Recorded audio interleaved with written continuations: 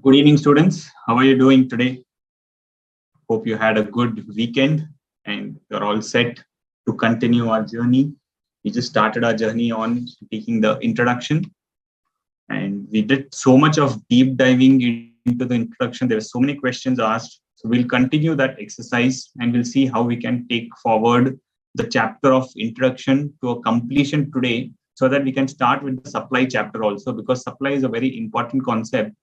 And I'm really happy that you're asking so many questions.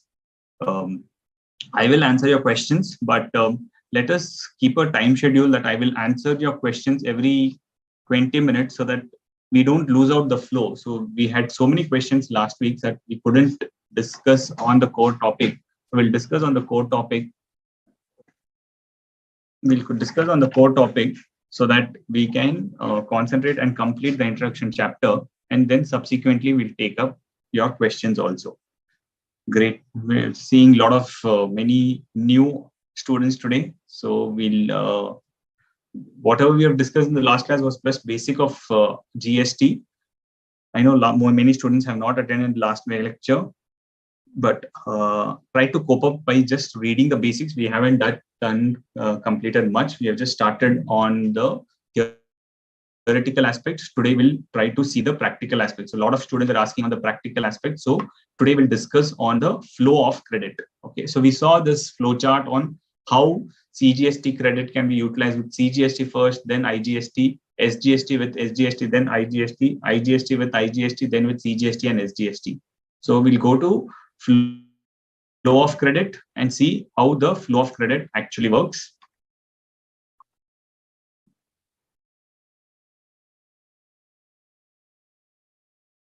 Okay.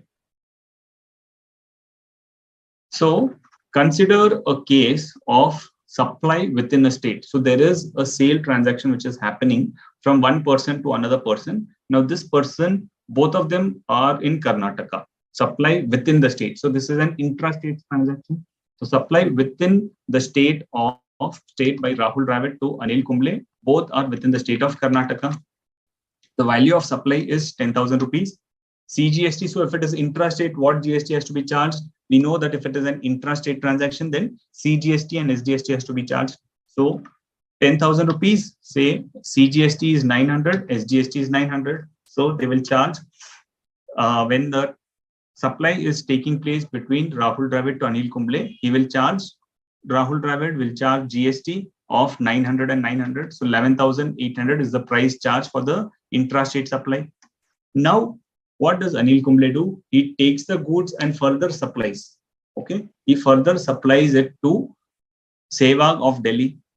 In that case, what happens? The value of supply is 12,000 rupees. So he will add his margin and he will sell at 12,000. On that, how much is the GST he will charge? He will charge GST at 18% of IGST of 18% because it is an intrastate transaction from Bangalore to Delhi. Okay, so he will charge IGST at 18%. On 12,000, he will charge IGST at 18%, which is 2,160. The total price charge for this supply is 14,160.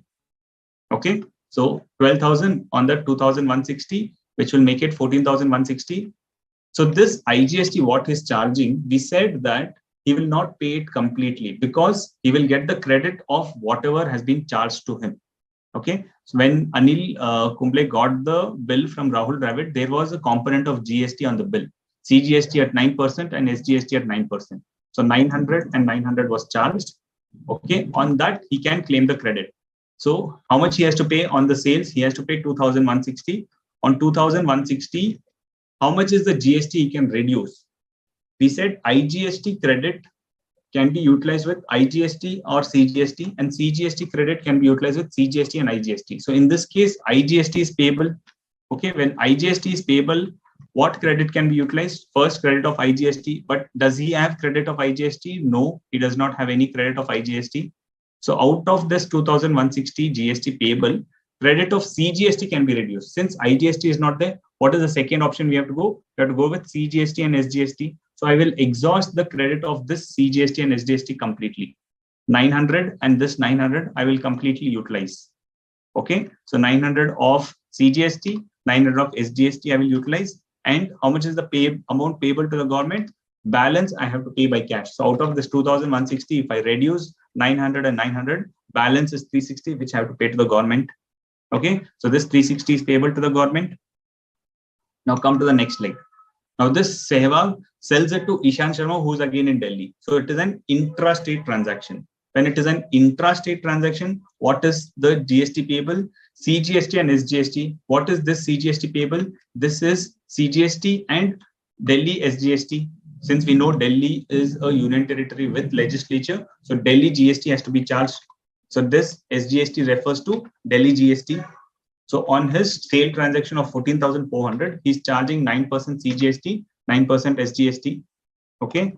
On that, what is the price charge for interstate supply? Totally, it is 16,992.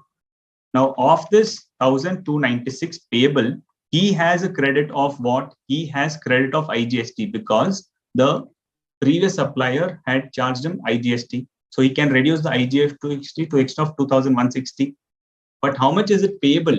He's only liable to pay 1,296. So he can, from 2,160, he will take 1,296. Okay. So then credit of GST can be, CGST can be utilized, but is there anything which he has to pay? No, fully IGST has been utilized. So nothing is payable. Then come to SGST. This 1,296 has to be paid here. 1,296 is payable here. Credit of IGST I will utilize. How much is the credit left with me? I had a credit of 2,160. Of this 1,296 I have utilized. So balance kitna bacha? Balance 864. I will utilize the credit of 864. What else can I use? I can use credit of SGST, but I don't have any credit of SGST. Nothing has to be reduced. Balance what is payable? 432 is payable. So 432 I'll pay by cash. So this is how the credit mechanism works, that when I purchase. So I've given you a simple example of one transaction. If there are multiple transactions, all of them has to be accumulated, and that is called as input tax credit. Okay, so I accumulate all the input tax credit and claim it. So this is how the credit mechanism works from one person to another person. Now let us see how this revenue goes to the government, because we understood the input tax credit. Now let us see at the back end, how does it work? Now revenue to central government in this, and revenue to Karnataka and revenue to Delhi. Let's see how it goes. First, when Rahul Dravid sold to Anil Kumble, he charged 900 rupees and 900 rupees. He did not have any credit, so he has to pay the full amount to the government. Correct? So this 900 he'll pay to the central government and 900 to the Karnataka government. So both the governments have got 900 and 900. Okay. Next, when Anil Kumble sells it to Sehwag, he is charging 2,160. Of that, credit has been utilized. So when this credit is utilized, what happens? Credit gets utilized means the credit of just one moment. Credit of GST gets transferred. 1 minute. A class chal rahi. The credit of CGST and SGST is paid. One is paid to the central government, one is paid to the state government. Okay, central government has got 900 and 900. Now, this transaction has been moved from CGST, SGST to IGST. Okay, so when I charge IGST, 2,160 should go to the government, but I have utilized the credit. So ideally, 2,160 is IGST, which means it should go to the central government, right? So how will it come to the central government? IGST is a mechanism for kind of a bridge, wherein if there is any transaction of interstate, the central government will take the taxes from the state and pass it on to the center. And if there's anything to be passed from center to state, that also will happen. So in this case, Karnataka, when IGST of 2,160 is payable, CGST is fine, 900 will go to the government. SGST 900, so whatever 900 went to the Karnataka government will be taken to the central government. That's how the IGST works at the background. So Karnataka government will lose 900. Earlier it got 900. Once the transaction moves to IGST, it had got the credit, so it will transfer from Karnataka to the central government. So 900 will get minus and it will go to the central government. So totally 2,160 was due to the central government. 900 plus 900 plus 360. This will come to the central government through IGST mechanism. Now it will retain it. Then the next leg was CGST of 1296 was payable and SGST of 1296 was payable. Already government has this much revenue. How much was it? How much is due now to the central government? 1296. How much does it have? 900 plus 900 plus 360, 2160. Now it will transfer the credit. It will transfer the credit and it will retain only 1296. What is the credit which is excess with it? It will transfer to the Delhi government. Okay, so 1296, then Delhi government will get 864 and 432, which is paid in cash. So 1296. Ultimately, if Ishant Sharma is a consumer, then there will not be any further credit. So 1296 will go to the central government and 1296 will go to the Delhi government. So this is how the credit mechanism works. Okay, I'll again reshare the screen with you.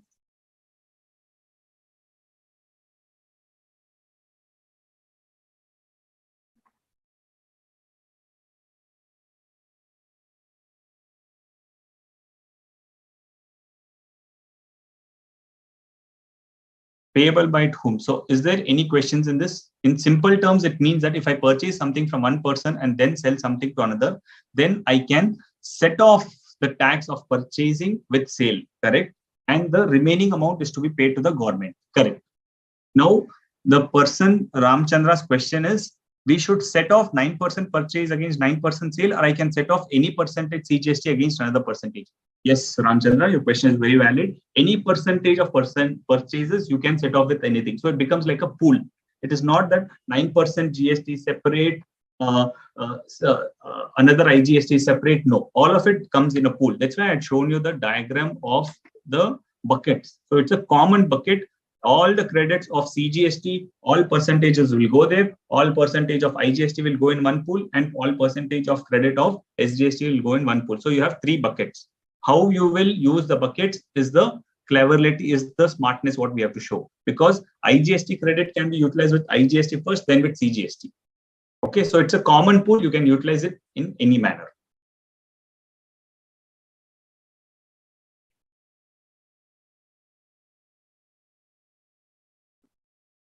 How is it now clear? But how is it computed in government revenue? It is collected in government revenue because we have this GST payment mechanism. When we pay, we will mention what taxes we are paying, and we do the reporting of GST in a specific form called GSTR1. So when we report it in GSTR1, we will mention how much is my interstate sale, how much is my intrastate sale. When it is intrastate sale, I know I will pay CGST and SGST. But if it is an interstate sale, then I will have to mention the state to which I am supplying so that the credit will go on to that state.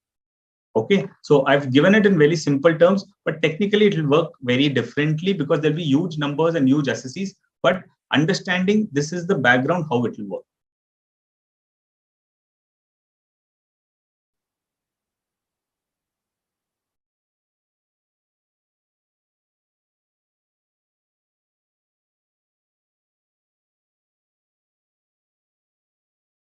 Okay, so why there is a negative of minus 900? Just see this. This 900 has gone to the central government and the state government because it was a simple transaction from one person to another person within the state. So can the central government take it and just keep it, or can the state government also keep it and take it? No, because this transaction doesn't end. This passes on again and again. So when it moves from one state to another state, from an intrastate transaction to an interstate transaction, what happens? The transaction moves. So the person who has to pay taxes of IGST year 2160, he will reduce whatever credit he has. Now, how will he do it? He will do it by offsetting the credit in his returns. So how much ever offset he does, that offset moves from the back-end ledger of the government from one government to another government. So year 2160 is the gross transaction value on a value of 12,000. So when 2160 is payable, I will reduce the credit what I have. What credit do I have? I have credit of CGST and I have credit of SGST. So SGST ka credit has to move from Karnataka to central government. So that's why it will get reduced and that will be passed on to the central government.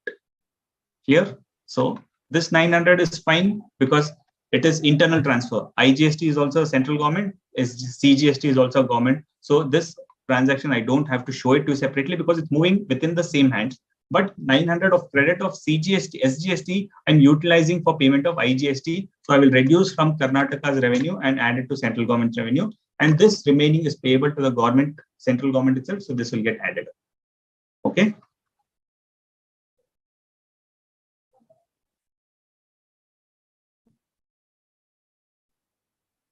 How we are giving credit to government? So in step 2, why revenue to central government is not reducing? Because it is same government, Mohammed. From central government, IGST is also central government, CGST also central government. So if I minus also, it will get added to the same government. That's why there is no specific mention over there.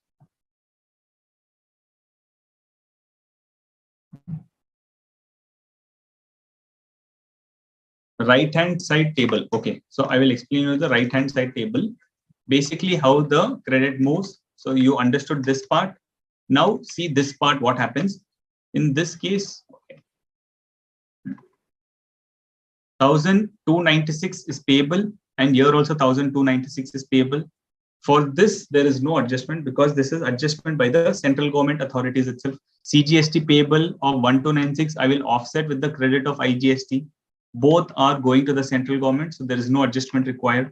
But in second case, SGST is payable of 1,296, wherein credit of IGST is reduced. 1,296 is payable and credit of IGST has to be reduced. Out of this 1,296, I will reduce credit of IGST. Okay, how much of IGST I will reduce? 864, because that is the only credit which I have. I had credit of totally 2,160. Of that 1,296 CGST payable ke saath I have offset. Now how much is left with me? 864. So I will reduce 864. This 864 which I am reducing, that has to come to the Delhi government from the central government. That's why I'm reducing from here and adding it to the Delhi government's revenue. And then 432 is directly payment by the taxpayer to the SGST account that will get added. So net effect is 1,296 to the central government, 1,296 to the state government. So who will pay those GST? This is ultimately paid by the supplier. So the supplier who supplies to the end customer, he will do his calculation in his return and he will pay it to the government. So it means IGST ultimately goes to the central government. Yes, IGST ultimately goes to the central government. Are we first reducing from Karnataka SGST and adding same amount to CGST, or we are adding 900 in CGST from the credit that we have taken in CGST? No, we are taking SGST and adding it to the IGST column. Okay.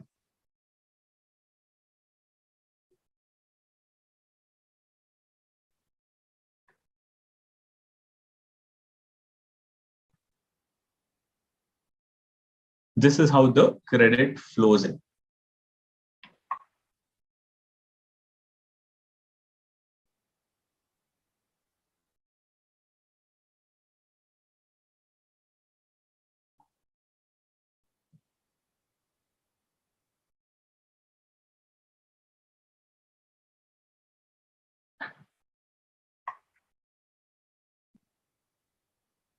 So Gomak Arora and Harshit ji, basically इसमें हमको कुछ नहीं करना है as a customer. Who, when will we know who will transfer GST? ये सब background में चलेगा, लेकिन हमको क्रेडिट समझने के लिए ये चार्ट जरूरी है. मैं बैकग्राउंड आपको इसलिए समझाऊं कि अगर बैकग्राउंड समझ में आएगा तो आपको क्रेडिट समझ में आ जाएगा. आपका इनपुट टैक्स क्रेडिट का जब चैप्टर आएगा तब आप और डिटेल में पढ़ सकते हैं, लेकिन इस बेस को आप बैकग्राउंड में रखेंगे तो और भी क्लियर समझ में आ जाएगा. एक बार फिर से रिपीट कर देता हूं मैं. वैल्यू ऑफ सप्लाई जब मैं 10,000 का सप्लाई करता हूं विद इन द स्टेट, तो सीजीएसटी और एसजीएसटी जमा करता हूं. ये सीजीएसटी किसको जाएगा? सेंट्रल गवर्नमेंट को जाएगा. और ये जो एसजीएसटी है ये किसको जाएगा? स्टेट गवर्नमेंट को जाएगा. चला गया ये, क्योंकि इसके पास कुछ क्रेडिट नहीं है. राहुल द्रविड़ ने जब सेल किया फर्स्ट सेल, तो मैंने अज्यूम किया कि इसके पास कुछ क्रेडिट नहीं है. जब उसके पास क्रेडिट नहीं है, जब जो भी वो सप्लाई करेगा उसके ऊपर पूरा टैक्स भरेगा. तो 900 जा रहा है इसका सेंट्रल गवर्नमेंट को और 900 जा रहा है स्टेट गवर्नमेंट को. ठीक है. नेक्स्ट स्टेप क्या है? जब ये इंटरस्टेट सेल करता है, तब मैंने परचेज कर दिया है और अब मैं इंटरस्टेट सेल करूंगा, तब मैं क्या चार्ज करूंगा? आईजीएसटी चार्ज करूंगा. लेकिन आईजीएसटी में जब मैं चार्ज करूंगा और मुझे क्रेडिट नहीं मिलेगा, तो ये फिर फ्लो ऑफ क्रेडिट कैसे होगा? ये फ्लो ऑफ क्रेडिट, जो मेन बैकग्राउंड ऑफ जीएसटी है, इनपुट टैक्स क्रेडिट, अगर ये मुझे नहीं मिलेगा तो ये पूरा स्ट्रक्चर बिगड़ जाएगा। तो इसीलिए गवर्नमेंट ने कहा जब भी आप आईजीएसटी सेल करोगे आपको आईजीएसटी का क्रेडिट मिलेगा। अगर आपके पास आईजीएसटी नहीं है तो आप सीजीएसटी और एसजीएसटी कुछ भी प्रपोर्शन में आप क्रेडिट ले सकते हो। तो मैं क्या करूंगा, जब मैं सेल कर रहा हूँ 2160 टैक्स पे करना है मुझे, ये 2160 पे मैं क्रेडिट ऑफ सीजीएसटी रिड्यूस करूंगा, फिर क्रेडिट ऑफ एसजीएसटी रिड्यूस करूंगा। तो मैंने रिड्यूस करके 360 जमा कर दिया गवर्नमेंट को, तो ये मैं 360 जमा करूँ। मेरा काम सिर्फ इधर तक है, तो जो टैक्स पेयर है उसका काम सिर्फ कॉलम जी तक है, और बैकग्राउंड में ये चलने वाला है। क्योंकि जब मैं रिटर्न्स फाइल करूंगा तब गवर्नमेंट डिसाइड कर लेगा कि हाँ आपका क्रेडिट इतना है, तो आपको इस स्टेट से क्रेडिट मूव ऑन हो जाएगा। हमको कुछ करना नहीं है, हमको डिस्क्लोजर ठीक से करना है कि मैंने इंटरस्टेट कितना सप्लाई किया, इंट्रास्टेट सप्लाई कितना किया, और जब मैं अल्टीमेट टैक्स पेएबल है वो मैं कैसे पे कर रहा हूँ। तो 2160 जो पेएबल है उसमें से मैं क्रेडिट को कितना ले रहा हूँ और कैश में कितना पे कर रहा हूँ। तो मैं क्रेडिट उतना ले रहा हूँ 900 रुपीज। तो ये 900 क्या क्रेडिट है, ये 900 ठीक है, सीजीएसटी टू सीजीएसटी है चलेगा, लेकिन ये क्रेडिट ऑफ 2160 में 900 में एसजीएसटी का क्रेडिट ले रहा हूँ, मतलब स्टेट गवर्नमेंट का क्रेडिट ले रहा हूँ। किसी ने मुझे सप्लाई किया था विद इन द स्टेट, अब उसका क्रेडिट ले रहा हूँ मैं। तो गवर्नमेंट क्या करेगा, एक स्टेट से लेके सेंटर में पास करेगा। तो ये सेंटर में पास कर दिया उसने, ठीक है। फिर ये ट्रांजैक्शन क्या हुआ, इंटरस्टेट से फिर इंट्रास्टेट सेल हो गया। तो इंट्रास्टेट सेल पे क्या चार्ज करना है, सीजीएसटी और एसजीएसटी। तो ये सीजीएसटी जो पेएबल है 1296, उसमें से क्रेडिट ऑफ आईजीएसटी यूटिलाइज कर सकता हूँ, क्योंकि मेरे पास आईजीएसटी का क्रेडिट है। तो मैं क्रेडिट यूटिलाइज करके बैलेंस 0 पे करूंगा, और एसजीएसटी जब जमा करूंगा 1296, उसमें से मैं फिर से आईजीएसटी का क्रेडिट ले लूंगा। आईजीएसटी का जब क्रेडिट ले रहा हूँ इसका मतलब मैं कम जमा कर रहा हूँ। तो गवर्नमेंट बोलेगा तुम क्यों कम जमा कर रहे हो, मैं बोलूंगा मेरे पास आईजीएसटी का क्रेडिट है, तो क्रेडिट दो मुझे। मैं नहीं दूंगा, गवर्नमेंट आपको दे देगी, सेंट्रल गवर्नमेंट स्टेट गवर्नमेंट को ट्रांसफर कर देगी, ठीक है। तो अल्टीमेटली जो ये नेट पेएबल है 1296 वो गवर्नमेंट को जाना चाहिए, वो गवर्नमेंट को चला गया, ठीक है।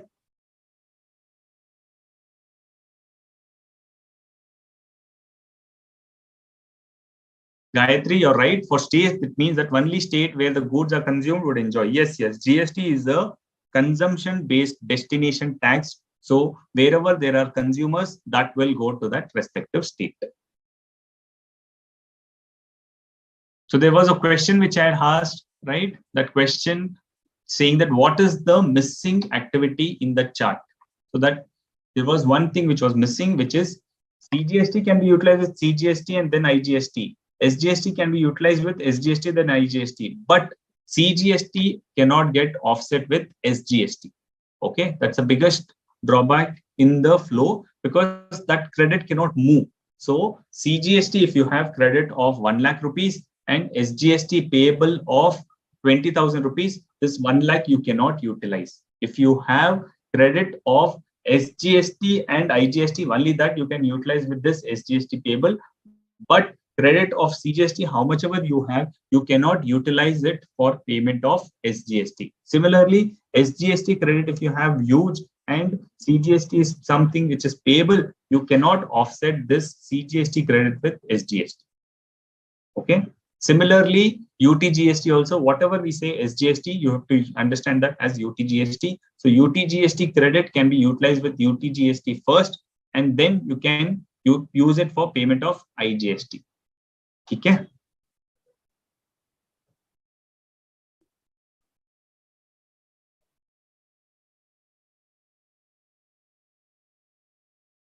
So how much Sehwag will get credit in this case? Sehwag got credit of 2160 because when he purchased from Anil Kumble to Sehwag, Anil Kumble had charged him 2160. So credit for Sehwag is 2160.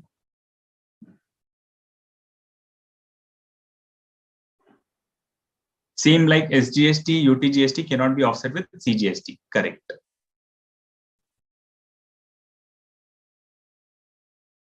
Okay, zoom out to take screenshot. Yeah, now you can take screenshot, Sakshi. I don't know this. Yeah, this is clear now. Yeah.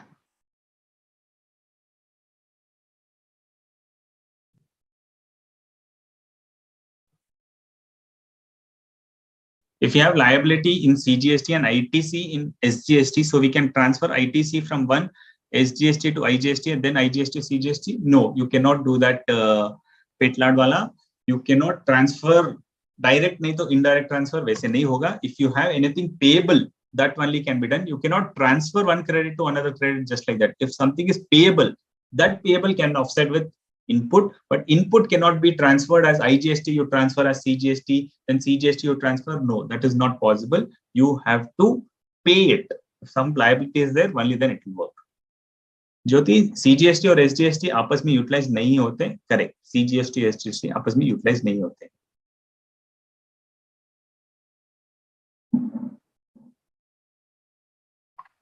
ठीक है, and this screenshot you can take.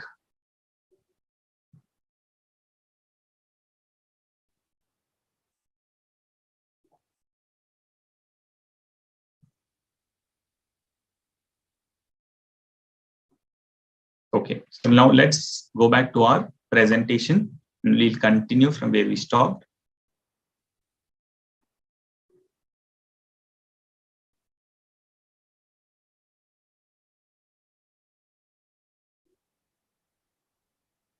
Okay, अपना credit का flow समझ गए हम लोग.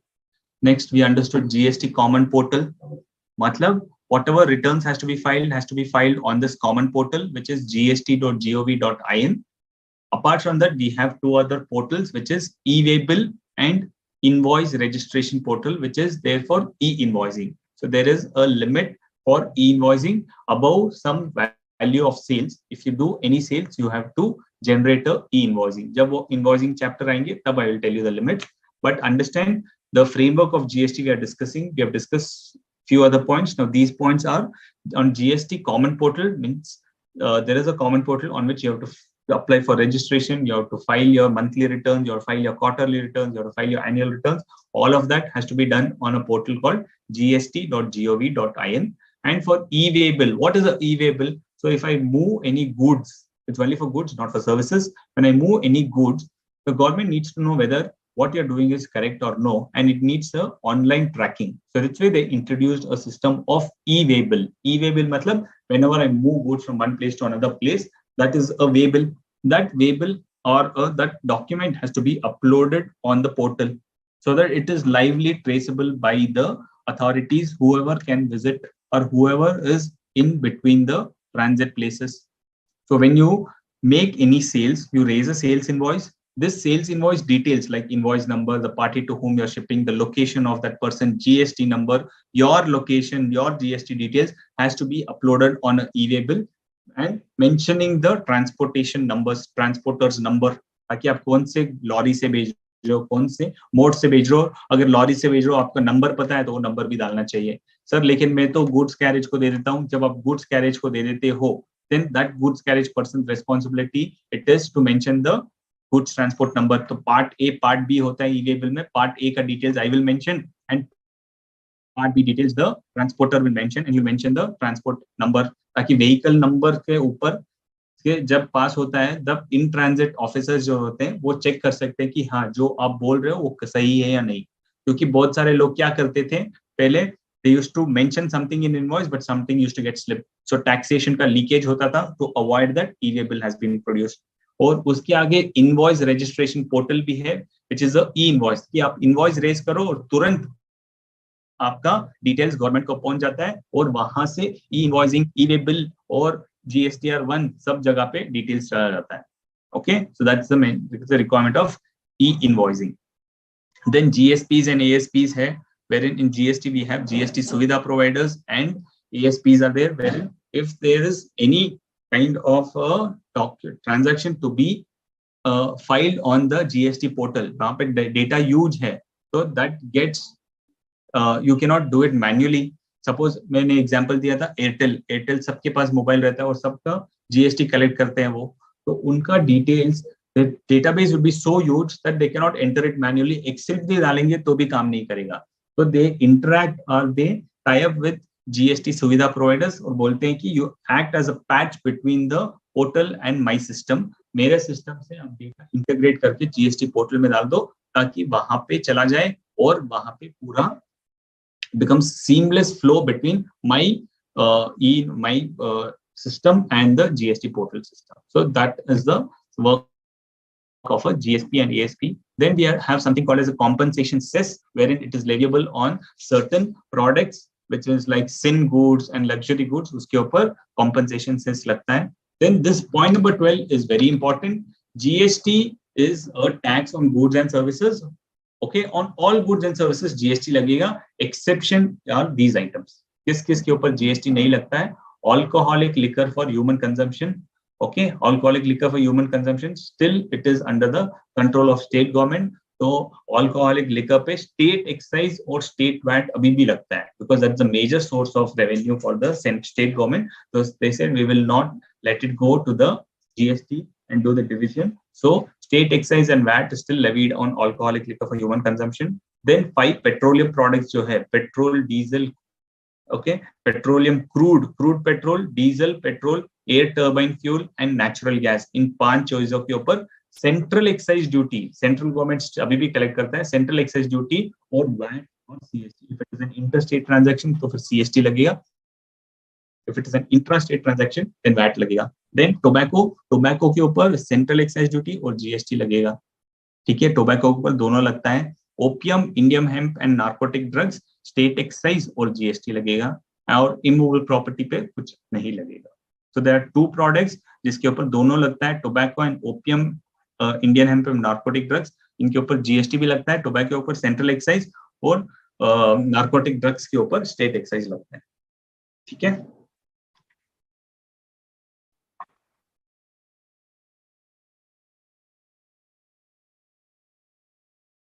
is it mandatory to have e-bill if you transfer goods within the state? Yes, e-bill limit है 50,000 rupees. Above 50,000, if you do any transaction, even if it is intrastate sale or interstate sale, you have to still raise a e-bill. सिर्फ interstate के लिए नहीं है, intrastate के लिए भी है.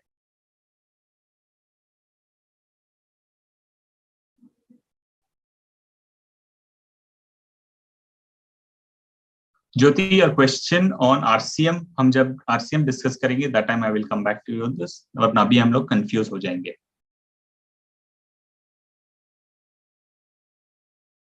Sir you want your study material? Sir ये सब चीजें स्टडी मटेरियल से ही है. स्टडी मटेरियल में आप पढ़ोगे, थियोरेटिकल आपको नींद आ जाएगी. That is the same study material का ही मैंने अलग फॉर्मेट से दिखाया है. सो this is all basis your study material itself.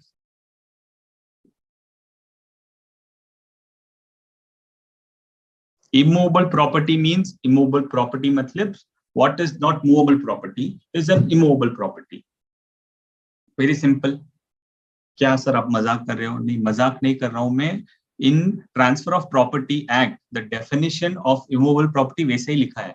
What is an immovable property? Any property other than a movable property is an immovable property. Correct? क्योंकि what is an immovable property they have defined and what is movable property they have said. Movable property उन्होंने कहा कि anything other than immovable property. Immovable property का मतलब क्या है? Any land, building, okay, or anything affixed to the earth which makes it permanent. ठीक है, so land हो गया, और जो भी चीजें हैं which is permanently fastened to earth, okay, are standing and growing crops, those are all part of an immovable property. So immovable property is not a goods, तो इसके लिए उसके ऊपर जीएसटी नहीं है. सर लेकिन जब बिल्डिंग बनाते हैं उसके ऊपर जीएसटी लगेगा? हाँ, बिल्डिंग के ऊपर लगेगा क्योंकि बन रहा है. बिल्डिंग बनाते वक्त मैंने फुल उसको इमूवेबल प्रॉपर्टी नहीं कहा है. It is not at a immovable property, it is a movable property which is coming with some benefits. So it's a construction work. So what I'm selling is the construction activity. तो building construction के ऊपर GST लगेगा, लेकिन building बनने के बाद अगर occupancy certificate आ गया है and it is fit for living, okay, जब वो तब वो immovable property कहला जाएगा, and then there is no GST. Before that, any transaction of sale of a developer, जब आप building खरीदने जाते हो जब GST लगेगा.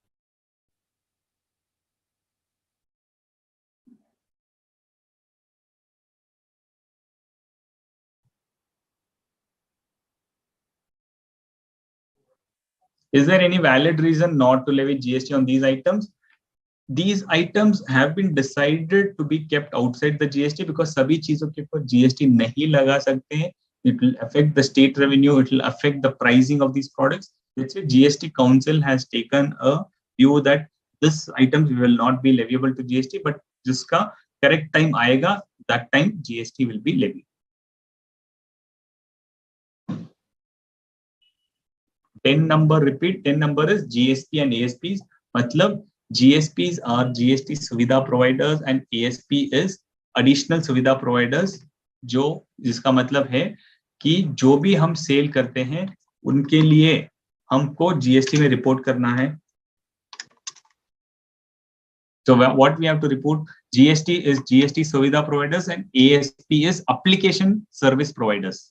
Okay, so application service providers जो application देंगे आपको, they are called as application service providers. There is something called as API integration and lot of technical things goes wherein there has to be a handshake with the portal and your database. Okay, so that work is done by these GSPs and ASPs. First GSP रहते हैं, उनके अंदर ASPs रहते हैं. Like Tally, जब मैं Tally में accounts करता हूँ, मेरे पूरा accounting Tally में है. Or from this accounting data itself, I want the data to flow into the GST return and I want the data to flow to the e-way bill. तो मेरे को manually करना पड़ेगा. To avoid this, Tally example is a GSP. तो वो क्या करेगा, मेरा data को, if I click on the button saying that okay, generate my return, it will generate the return and it will go to the portal and convert this data through APIs and it will get into the GST portal. फिर मैं उसको check करके file कर सकता हूँ. ठीक है?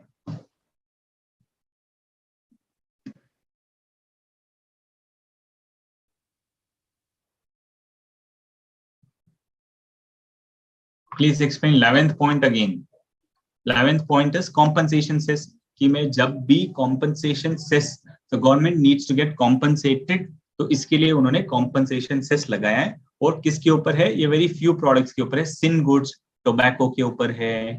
Okay, tobacco के ऊपर GST लगता है. तो on tobacco, cigarettes GST भी है और central excise भी है. तो GST भी लगेगा और compensation cess भी लगेगा. Aerated drinks, Coca Cola, Pepsi जो आप पीते हो, उसके ऊपर कितना लगता है हमको तो पता नहीं, हम तो सिर्फ पी लेते हैं. हाँ, because these are all not good for health products. तो इसके लिए पे they are called as sin goods और उसके ऊपर भी जीएसटी और कॉम्पनसेशन सेस लगता है. और लग्जरी कार खरीदते हो तब भी आपको दोनों लगेगा. ठीक है, next let's move on.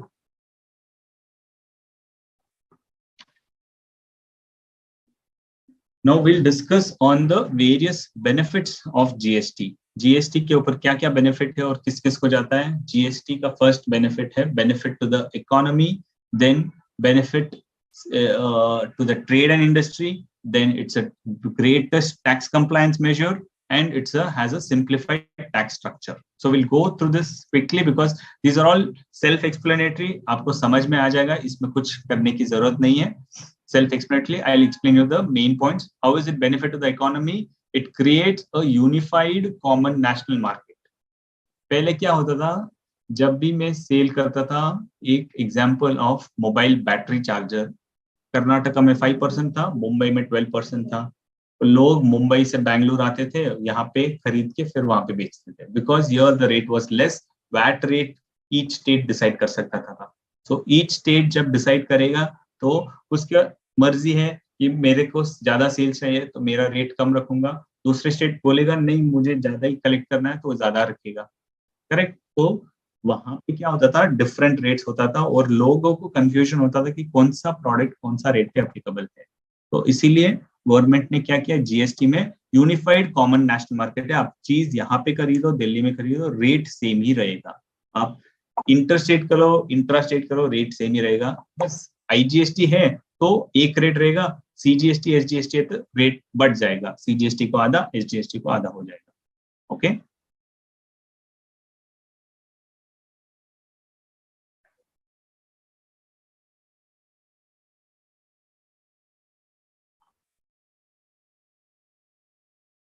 Then it boost to make in India campaign and India as a manufacturing hub, ताकि लोगों को क्लैरिटी मिले कि हाँ कहाँ पे भी हो इन द इंडियन इकोनॉमी आपको क्लैरिटी मिलेगा कि रेट क्या है. So it helps in boosting the make in India concept, ताकि when anybody does any manufacturing in any place in India आपको रेट सेम लगेगा.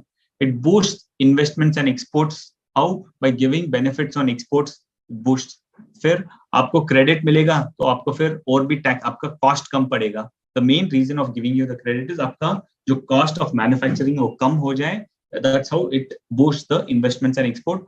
Then to generate more employment by increased economic activity. किसी ने पूछा sir जब पहले taxes ज्यादा आते थे तो अभी क्यों जीएसटी लेना है? फॉर दिस रीजन, क्योंकि अगर टैक्सेस कम होंगे तो there be lot manufacturing activities, it will increase the employment. So to generate more employment by increased economic activity, that is another benefit of GST.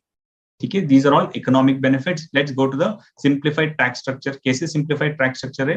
Reduction in multiplicity of taxes now leviable on goods and services, leading to simplification. पहले क्या लगता था? Customs, CG, SVD, CVD, countervailing duty, SAD, वो import पे लगता था. और interstate sales जब करते थे तब क्या क्या पे करूं मैं? CST पे करूं या वैट पे करूं? So there were lot of confusion, many taxes were there. We have seen in one of the previous time कितने सारे बलून्स देखे हमने. All that balloons got submerged and there was one tax called CGST and SGST. Sir फिर भी दो तीन tax तो है ना? हाँ, बेसिक टैक्सेस तो रहेंगे, because in a state like India, central government और state government दोनों को right चाहिए, and this is the way how the country is working. इसीलिए आपको split तो करना ही पड़ेगा. Okay, so that's how it is reduced. At least पहले इतने सारे taxes, excise duty, service tax, उसके ऊपर credit नहीं मिलता था, वो सब अभी मिल रहा है. That's why there's a reduction. Then simpler tax regime with fewer exemptions. Exemptions कम में बहुत सारे नहीं है. Services के हम देखेंगे, but that is also aim of the government is to reduce it. Harmonization of laws, procedures and rate of tax across the country. पूरे country में एक ही टैक्स लॉ है, एक स्टेट में अलग लॉ, एक और स्टेट में अलग लॉ, वो नहीं है. हार्मोनाइजेशन ऑफ लॉज हो चुका है. Common system of classification of goods and services to ensure certainty in tax administration. ठीक है, तो रेट जो है आईजीएसटी का रेट सिंपल कर दिया कि जो सीजीएसटी और एसजीएसटी उन दोनों को ऐड करोगे तो आईजीएसटी और आईजीएसटी एक ही रेट रहेगा. यू इधर पे सीजीएसटी और एसजीएसटी और यूपी आईजीएसटी, रेट सेम रहेगा. कॉमन सिस्टम ऑफ क्लासिफिकेशन, तो इसको गुड्स कंसिडर करना है, इसको सर्विसेज क्लासिफाई करना है. There is a common system of classification. ठीक है.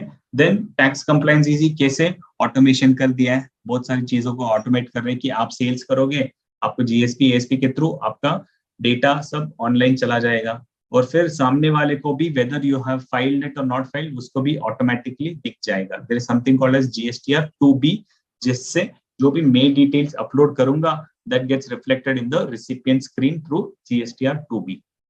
Then doing business eased as multiple records are not maintained. Multiplicity of records maintain करने की जरूरत नहीं है. जब मैं फाइल करता हूं, the data gets automated from one return to another return mostly. Over a phased period it has happened, but that is what is happening. Greater use of IT. जब IT यूज करेंगे तो manual usage वगैरह कम हो जाएगा. There's a greater use of IT. Advantages of trade, seamless flow of credit. हमने देखा है कि पहले कैसे क्रेडिट फ्लो होते थे और अभी now there is a seamless flow of credit. Common procedure for registration. Each CGST, SGST, IGST 3 act है, कॉम्पनसेशन एक्ट है, कॉम्पनसेशन से, लेकिन सबके लिए एक ही रजिस्ट्रेशन लेना है. आपने एक जीएसटी रजिस्ट्रेशन ले लिया तो आप सभी में रजिस्टर हो चुके हो, अलग अलग रजिस्ट्रेशन करने की जरूरत नहीं है. पहले क्या होता था, सीएसटी में रजिस्टर करो अलग से, वैट में रजिस्टर करो, फिर एक्साइज में अलग से रजिस्टर करो, एंड प्रोफेशनल टैक्स में अलग से रजिस्टर करो, ऑल दोस लग्जरी टैक्स में अलग से रजिस्टर करो. अभी एक ही कॉमन रजिस्ट्रेशन है और उसी रजिस्ट्रेशन के बाद पेमेंट फाइलिंग सभी एक ही में हो जाता है. तो मैं सीजीएसटी का अलग रिटर्न फाइल करूंगा, एसजीएसटी का अलग करूंगा, आईजीएसटी का नहीं, सबका एक ही रिटर्न है. आपको स्प्लिट अलग से दिखाना है, लेकिन एक ही रिटर्न सभी के लिए लागू है. More efficient neutralisation of taxes to make our exports more competitive. ठीक है, एफिशिएंट न्यूट्रलाइजेशन मतलब एक्सपोर्ट को और बढ़ावा देना है तो इनपुट आपको मिलेगा और आपका एक्सपोर्ट बढ़ जाएगा. Then benefit of exemption or compounding scheme for a large segment of small scale suppliers to make their products cheaper. Compensation cess एक स्कीम है, जब हम डिस्कस करेंगे रिटर्न्स में, it's called as compounding scheme, जिसमें if you are a small taxpayer तो आपको पूरा कंप्लायंस करने की जरूरत नहीं है, आपको बेसिक कंप्लायंस कर देंगे. ठीक है, so these are the advantages of GST.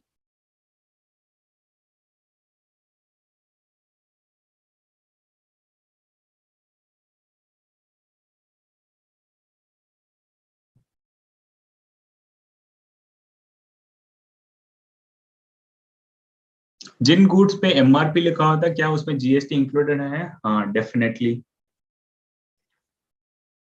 जिसी गुड्स पे एमआरपी है, मैक्सिमम रिटेल प्राइस, तो that is all inclusive of GST ही है।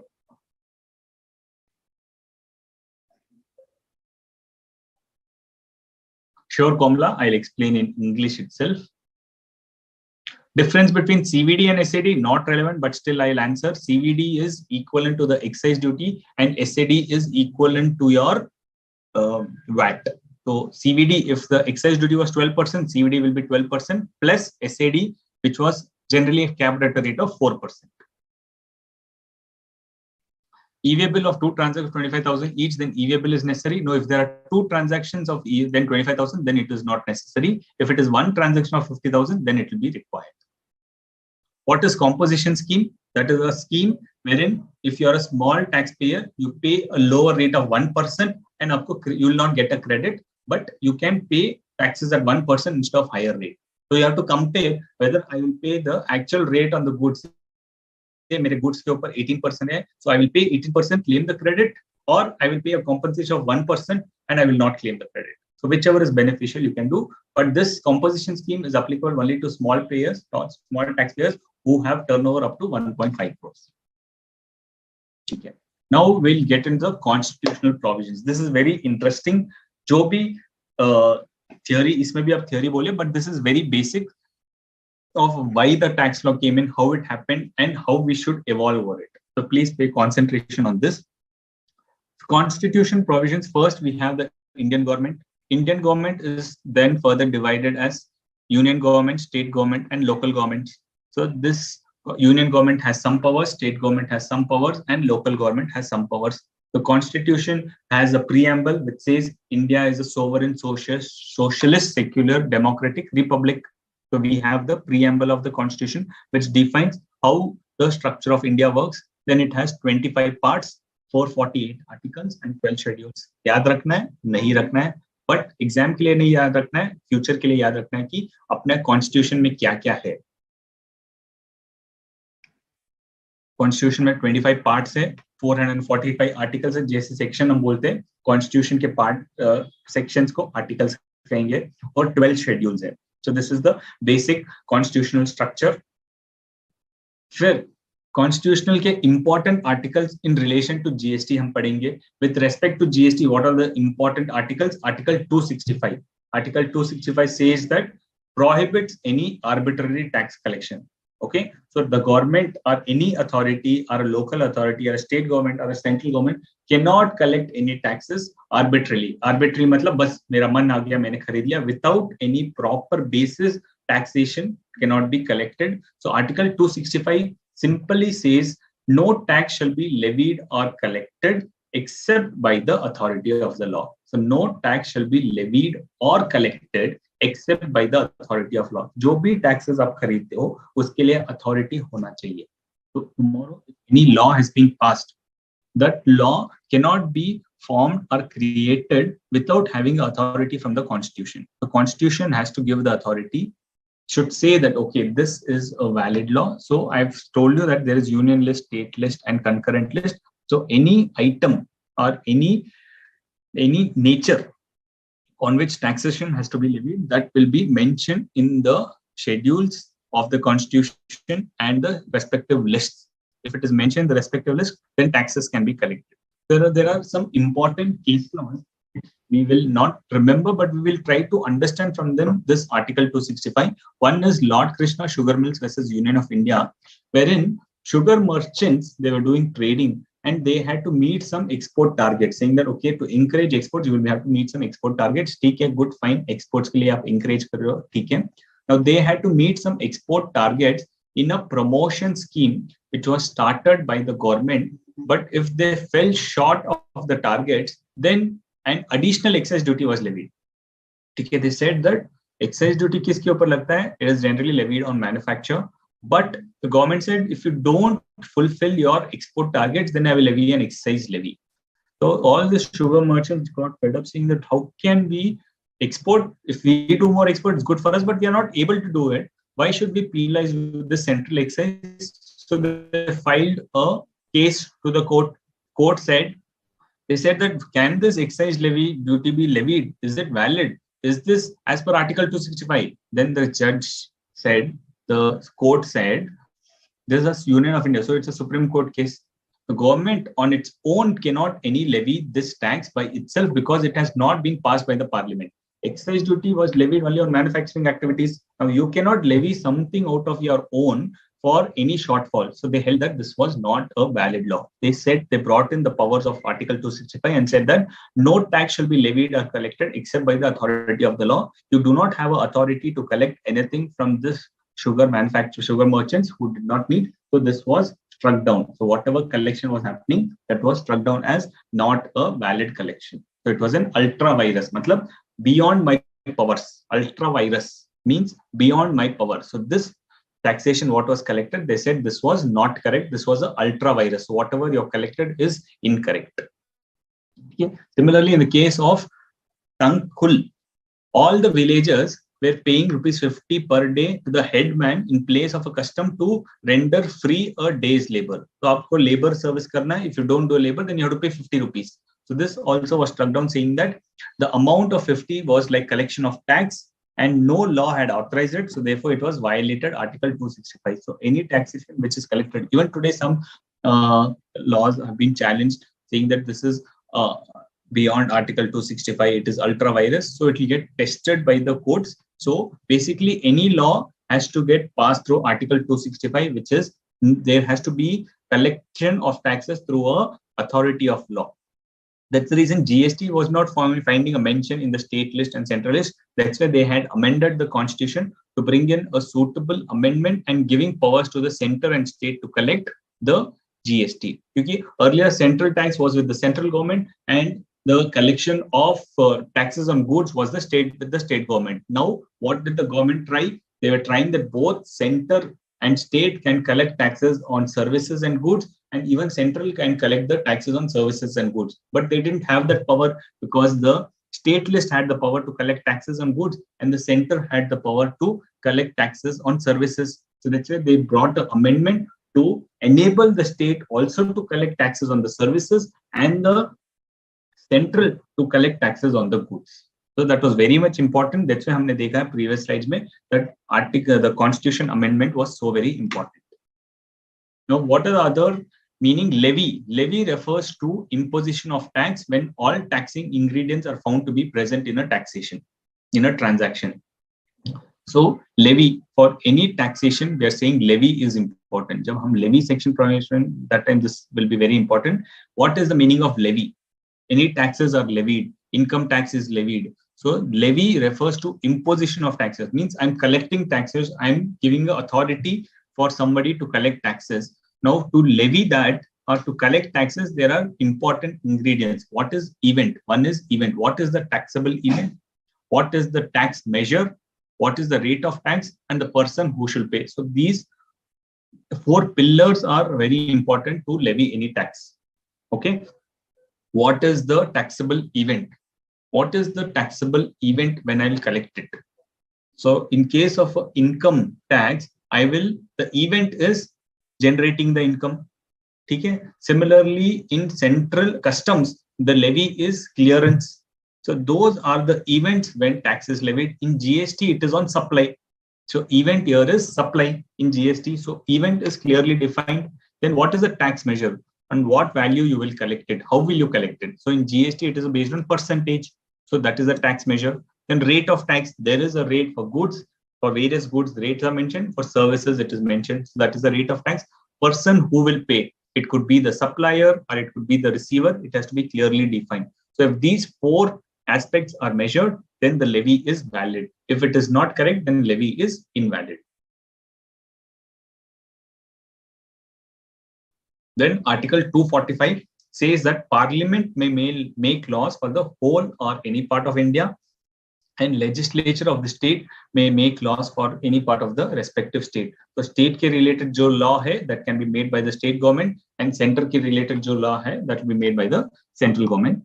No law made by the Parliament will be invalidated due to extraterritorial operation. 245 is very important article. It says that any law agar aap bana diye ho और उसके ऊपर extra territorial jurisdiction हो गया, Outside India, still it will not be valid. It will not be treated as invalid. It will still be validated. Example, जब मैं TDS income tax में TDS है on import of services, it can be challenged that when I'm importing, आप क्यों TDS लगा रहे हो? It's saying that it has some connection with India, इसलिए मैं TDS लगा रहा हूँ. Similarly, जब मैं import करता हूँ, we have discussed that IGST लग रहा है. क्यों लग रहा है? क्योंकि मैं तो बाहर से मंगा रहा हूँ, but still it is a valid because it is getting cleared in India. It is a valid law. So Article 245 gives the protection saying that no law shall be treated as invalid due to extraterritorial operation. Even if it is extraterritorial, it has to be established that there is a connection with the India, then it will be treated as valid. Then Article 246 provide authority for union and state government for levying tax. What is this? Article 246. Article 246 says that the power to levy taxation is with union, state or concurrent based on the 7th schedule में 3 list दे दिए, union list, state list and concurrent list. Union list में entries 82 और 91, there are various entries.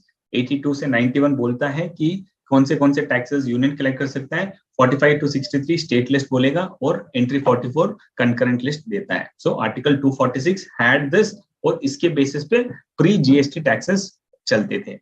Now there is a amendment.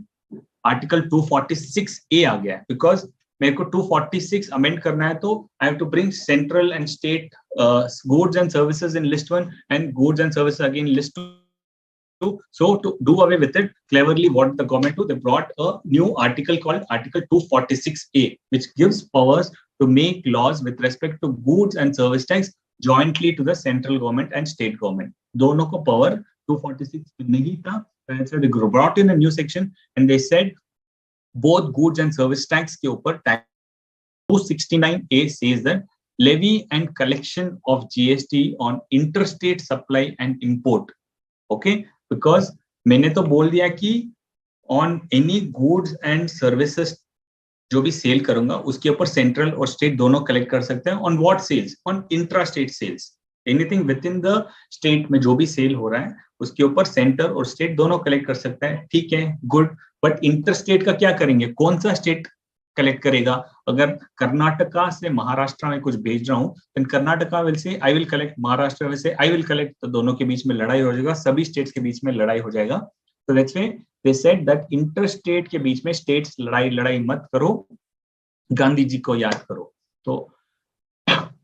तो interstate transaction के ऊपर there will not be any levy by any state.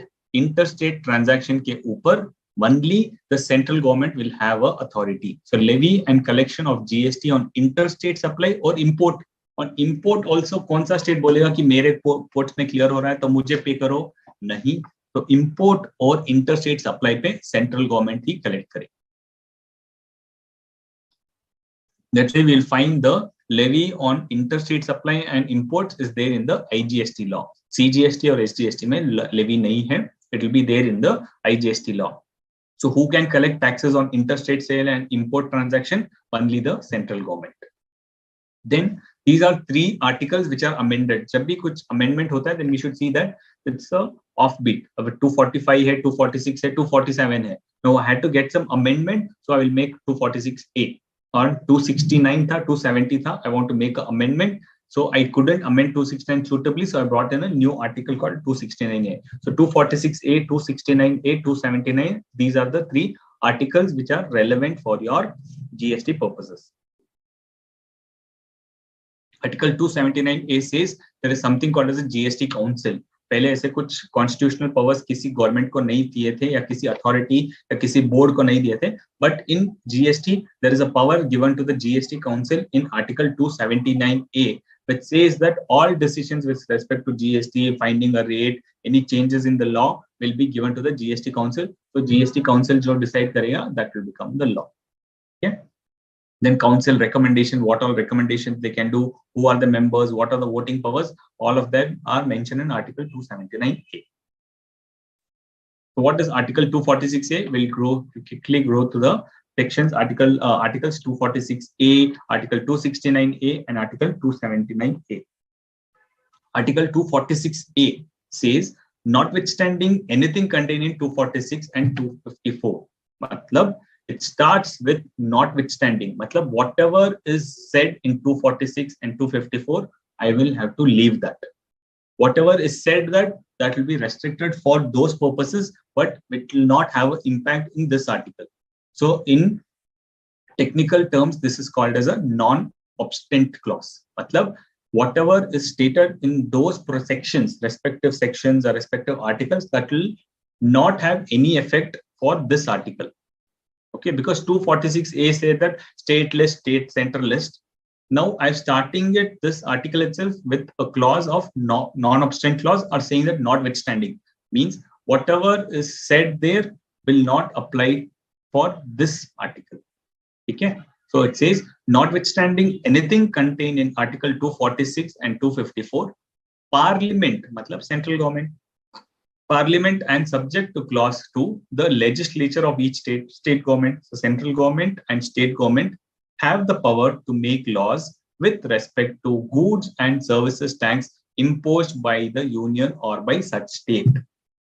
Okay, so I will ignore 246 and 254 and I will read this article because it states it is a notwithstanding what is mentioned there. Notwithstanding what is mentioned there, the central government, Parliament means central government, legislature of each state means state government. The central government and state government will have power to make laws with respect to goods and services tax, which will be imposed by the union or by the state. Matlab, goods or service ke upar central government or state government, both of them have the powers. And here it says subject to clause 2, means this is correct, but there is some limitations in subject clause 2 which I have to read. Clause 2 says Parliament will have exclusive powers to make laws with respect to goods and service tax, whether supply of goods or services or both take place in the course of interstate trade or commerce. Okay, so Parliament has the dominance or exclusive power to tax any transaction of interstate sale. So जो भी interstate sale होगा, who will have the power? The central government or the Parliament will have the power. Apart from that, anything other than interstate क्या है? Intrastate sale है. So intrastate power is with the central government and state government jointly. That is Article 246A.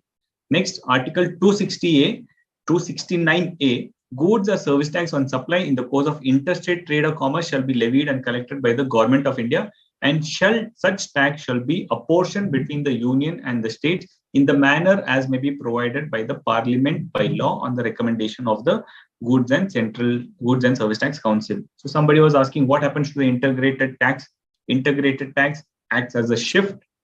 Okay, it acts as a shift. Whatever is left, that gets distributed by the central and the state government. So goods and service tax on supplies in the course of interstate trade or commerce shall be levied by the central government. So interstate transaction, IGST, gets levied by the central government and gets apportioned. What will be apportioned? Whatever is left after the transfer, what we had seen. After all the transfer happens, whatever is left, that gets apportioned between the union and the state in the manner as it will be suggested by the GST Council. Now, for the purpose of this clause, supply of goods or services are both in the course of import into the territory of India. Okay, import जो हम करेंगे, import of goods or services shall be deemed as supply of goods or services in the course of interstate trade or commerce. The meaning of interstate sale is from one state to another state, but that's the general understanding. But this explanation says if I do any import, that will also be treated as an interstate sale. Okay, any import I do, that is also treated as an interstate transaction. So import is also treated as an interstate transaction, and interstate transaction pe authority kiska hai? Central government ka. The central government will tax on a interstate transaction. Clear? So this is Article 269A. Then again, when we read 269A, it further says goods and service tax on supplies in the course of interstate trade or commerce shall be levied and collected by the government and shall be apportioned between the union and state in the manner. Then explanation we have read for the purpose of this clause, goods or services jab import karte, it shall be deemed to be supply of goods or services in the course of interstate trade or commerce. Then Art 269A sub article 2 to 4 says where any amount collected as IGST has been used for payment of SGST or vice versa will not form the consolidated fund. Correct? So full IGST jo collect karti hai, that will be distributed. No, whatever has been apportioned, okay, will not form part of the consolidated fund. Matlab, whatever is to be distributed will get distributed. Then whatever is balanced will go to the consolidated fund to facilitate the transfer of funds. Okay. Then Parliament is empowered to formulate the principles regarding place of supply and when supply of goods or services occurs in interstate trade or commerce. Matlab, when you will decide what is the place of supply. Because in case of goods, so I know that goods are moving from one state to another state. So it is location of supplier. What is the place of supply? I know. So when I'm selling goods from here, this is my place of supply. So in case of goods, we can trace it because it is a chattel or it is a goods which is physically existing. So I know the place of supply. But in case of services, it becomes difficult. So that's why the Parliament, the central government will decide the principles for deciding what is the place of supply in case of services. Okay. Then Article 279A, which is the GST Council. Let's take up some questions here. Case laws are dealt at final level. Yes, it is dealt at final level. This is only for your reference. What is the difference between state government and local government? State government is the state of Karnataka. This is all state government. Local government is the local bodies like the municipality and those bodies or the panchayat. These are all called as local government.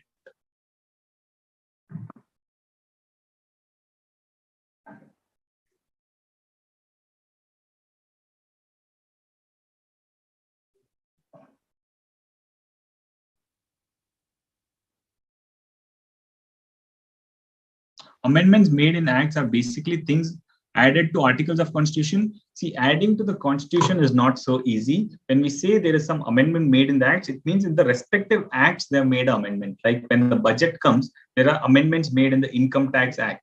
So this is an amendment made in the act, not the constitution. Constitutional, if there's any changes to be made, it is to be passed by the central government or by the Lok Sabha, Raj Sabha, and consent from the state governments is also required. So amendment of the constitution is not that easy, but amendment to the act is fine, because if the state act, then the state assembly will take care. If it passed by the state assembly, then it get passed. If it is a central act like a GST act, amendment has to get approved by the Lok Sabha, Raj Sabha, and the president's consent is required, then it gets amended.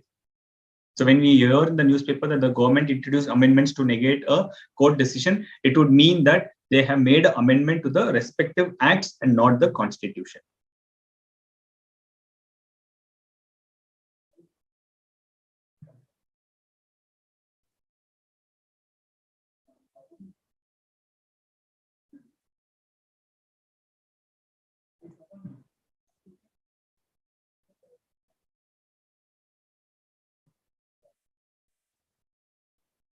Do we have to remember entry numbers? Yeah, A section, 246A, 269A, these you will have to remember.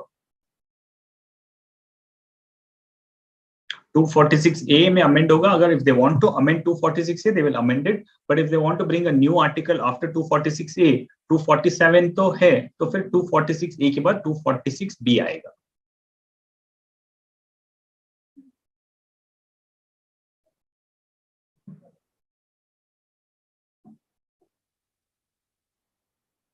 Government of India and Parliament are used interchangeably? Yes, Government of India and Parliament can be used interchangeably.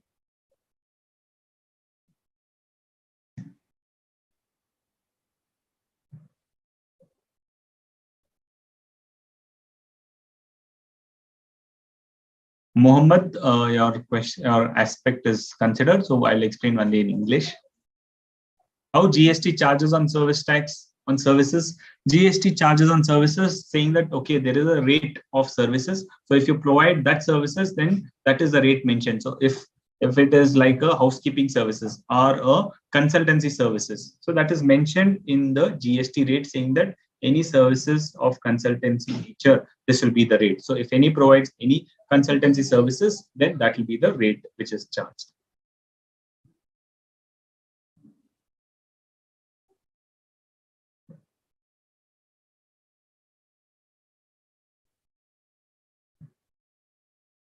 Clause 2 to 4 is not clear. 2 to 4, there is nothing here. which says that any amount collected as IGST, whatever is the amount collected as IGST, in the explanation it was mentioned that any amount collected as the IGST should be split between center and state, correct? But then Article 2 to 4 said that if any amount is collected as IGST has been used for payment of SGST, or any amount is being collected and lying in IGST, will not form part of the consolidated fund of India. So whatever IGST I collect and I utilize, so we have discussed how IGST gets collected from one state and gets moved to the another state, because the credit, input tax credit, is taken there, correct? So when the credit moves from SGST to IGST, and from IGST I utilize or giving it to another state, because IGST gets transferred as a credit to a person who's making CGST and SGST sale. So when that credit gets transferred, that IGST portion comes down. So to that extent, there will not be any apportionment. Anything which is left after giving it to that respective state, only that will get apportioned between the center and state. That is what Article 269 Part 2 to 4 says it.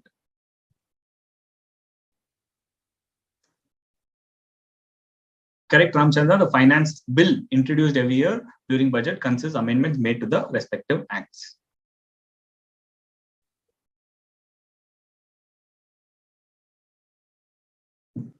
Great.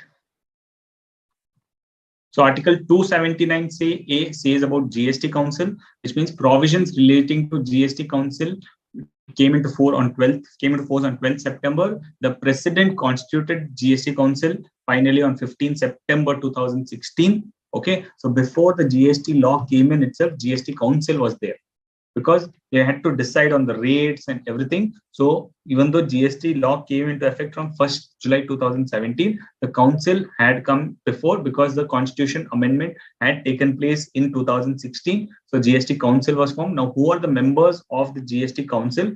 Union Finance Minister will be the chairperson. The Union Minister of State in charge of Revenue or Finance will be the member. Now, this means that the Finance Minister of each of the states will be the members. Then if the finance minister is not available, they can nominate any other person from the state, because GST Council mein jo bhi decisions lenge, that will apply to the respective states also. Because if I make a change in rate, only the central government cannot decide. The state government also has to decide, because every taxes within every product within a state, if they're doing intrastate transaction, both CGST and SGST apply. So the state government cannot say that, no, you do the amendment, I will not do the amendment. Then it becomes a disparity, right? So central government cannot say 9% and state government cannot say it is 14%. So 9 plus 14, there's no such rate, and becomes absurdity. That's why each and every member of the state finance minister, or anyone representative from the state, has to come to the GST Council, and he is also a member, so that whatever decisions is made at the GST Council is implemented at the center by amending in CGST and SGST, IGST rates. Respective amendment will happen in the SGST rate also. Then minister in charge of finance or taxation or any other minister nominated by each state will also be a member. So these are the composition of the GST Council. Then it is a constitutional body for making recommendations to the union and state government. Okay, it is the recommendation body to union and state government. What is the role of the GST Council? It's a constitutional body for making recommendations to the union and state government on issues relating to goods and service tax, like GST rates, exemption notifications, principles which govern place of supply, threshold limit, special provisions and certain special states. All of this is decided by the GST Council. Now there are 11 special category states: TNMM, okay, Telangana, Nagaland, Mizoram, Meghalaya. Then SUP, MAT. This I'll explain it to you later on. So there are 11 special category states for which special provisions will apply. So when we take up the registration, that time it will be clear. I don't want to confuse you earlier. Then what does Article 279A says? GST Council shall also recommend the dates on goods and services to be levied. Like the 5 products which are outside GST, the GST Council will recommend when those products has to come and GST has to apply on them. Now, what is the voting power? 1/2 of the total number of members of the GST Council shall constitute a quorum. Matlab, minimum 1/3 one half, minimum 50% people has to be there for a GST meeting to start. Then every decision of the GST Council shall be taken at a meeting by a majority of not less than 3/4, matlab 75% voting votes dena chahiye. So anything, if it is proposed, if they get the consent of at least 75% weighted votes, then they will get it. Matlab, one person will not have equal to one share. His share will be different. How is it different? The vote of the central government will have a weightage of 1/3 of the total votes. So jo bhi votes hoga, central governments will be 1/3, and all the states put together will have a weightage of 2/3. So if the any 75%, which is 3/4 majority has to be there, that majority is decided that central government will get 1/3 share and state government will have 2/3 share. Okay, so that is the GST Council overview.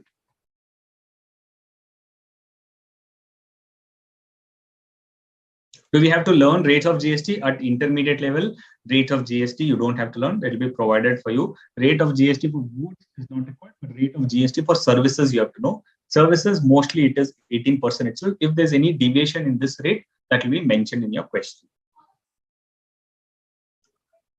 State has finance minister, UT without legislature, 2 has same post? No. UT without legislature will not have any post, so they will not have any representation. UT will be represented through the central government itself. Why they are known as special category states? Because special treatment has to be given for the upliftment of these states, so that's why they call it as special category states.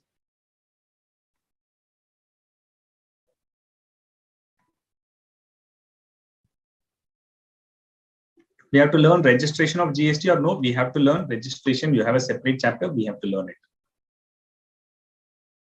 Great. Is GST applicable on diesel, petrol, ATF? No, it is not applicable for now. It will be applicable from a day which will be decided by the GST Council.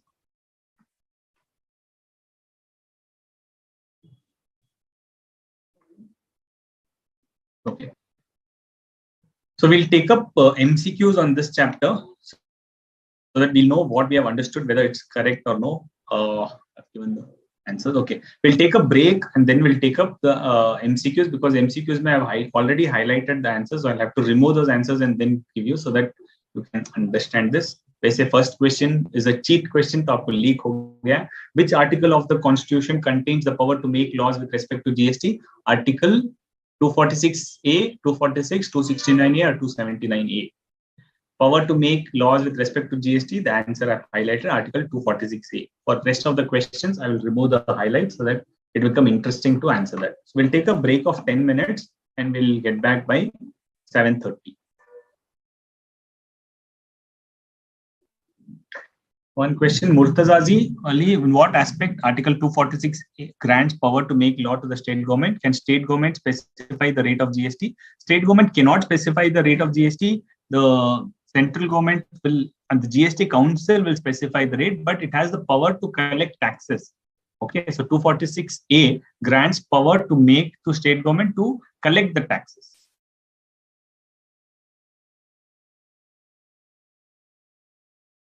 GST is applicable for tobacco or not? GST is applicable for tobacco. Okay, we'll take a break of 10 minutes.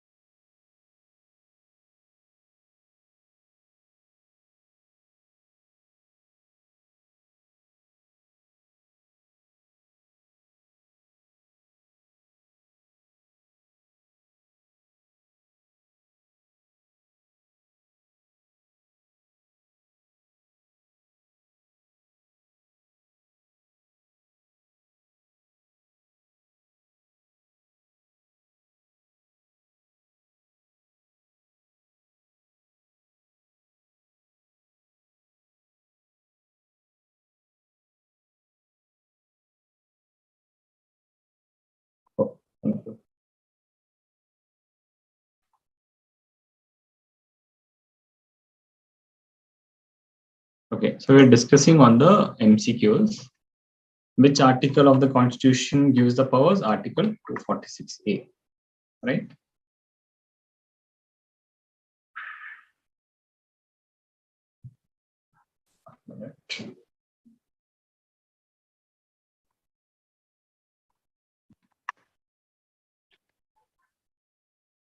Yeah, go to the next question. Question number 2. GST came into force by which constitutional amendment bill?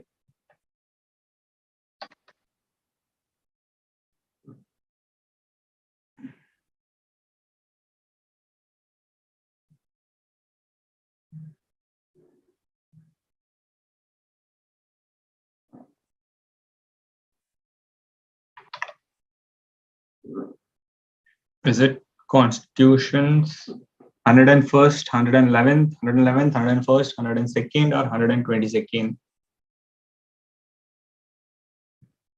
GST came into force by the dash constitutional amendment bill. Wow. Many are saying 101st.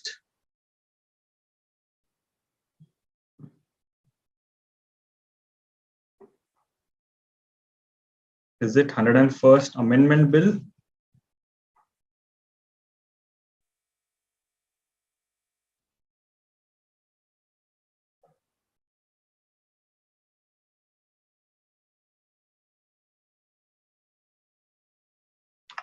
Most of them are saying 101st amendment bill.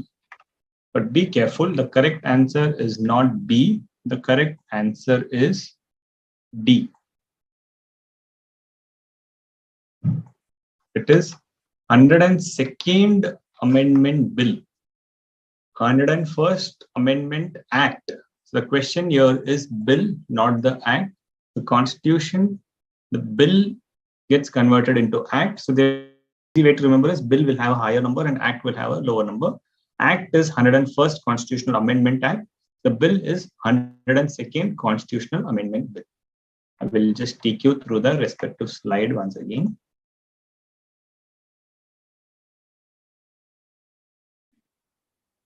Constitution's 102nd Amendment Bill was introduced and Constitution 101st Amendment Act was enacted. Okay, so it says 102nd Amendment Bill and 101st Amendment Act.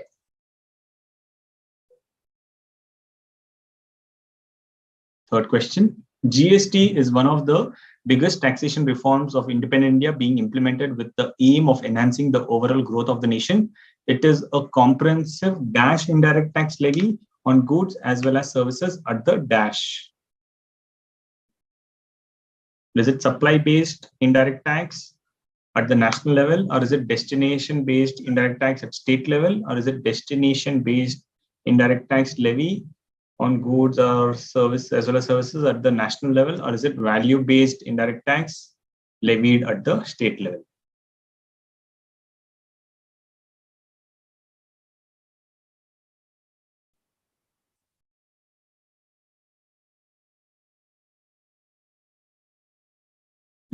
Very simple question. So getting correct answers from everyone.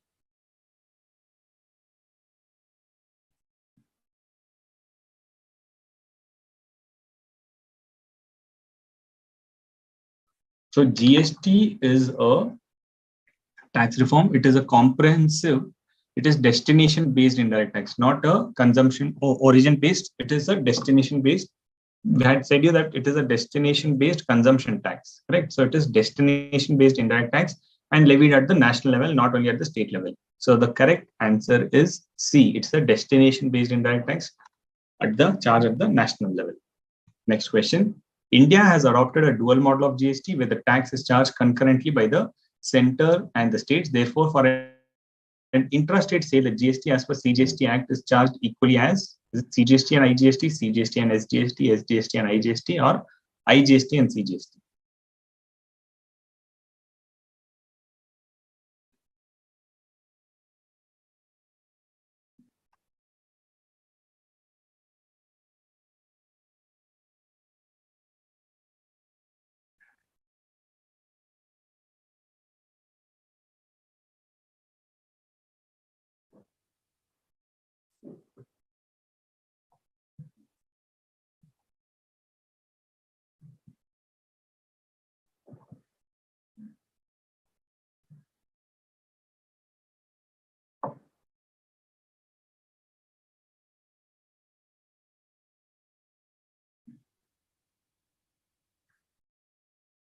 Most of you are giving correct answer for this as well. It is CGST and SGST. Some of you are giving it is A. No, it is not A.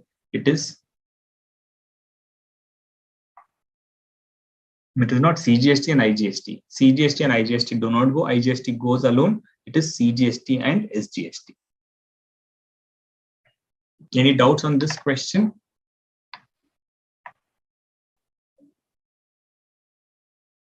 Nothing, no? Question number 5. The uniform policy recommended by the Gst Council on e-way bill being to be implemented all over the country will be totally, what it will eliminate? Will it eliminate the check post system? It will break the entry barriers, or will it increase the bottlenecks in transportation system, or is it just A and B?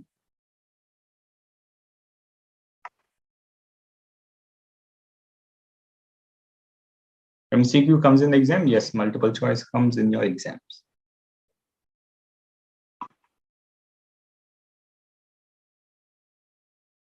Correct. So for this also, everybody is giving correct answer. It is B. It will eliminate the check post system and it will break the entry barriers. Because if there is have to come entry barriers means anything which stops the goods from coming in or delays the movement. Earlier there were check posts which has got all replaced now. So e-way bill makes it smooth. So only where they have suspicious, in that cases, they will stop it. Otherwise, they will not stop all the vehicles. Various taxes levied under different acts were subsumed under CGST Act on the objective of one nation, one tax. However, certain items still continue to be taxed both at the central excise law and the GST law even after implementation. Find such items out of the following. What of these following items, central excise and GST both are levied?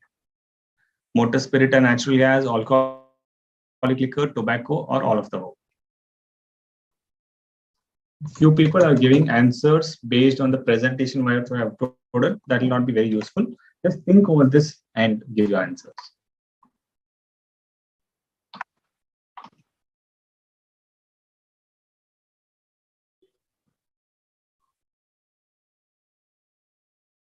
Destination based means where the goods are getting destinated or where it is getting consumed. So if there's a movement of goods from one state to another state, that state will get the tax, right? Because input tax credit moves, correct? So it's the destination based tax.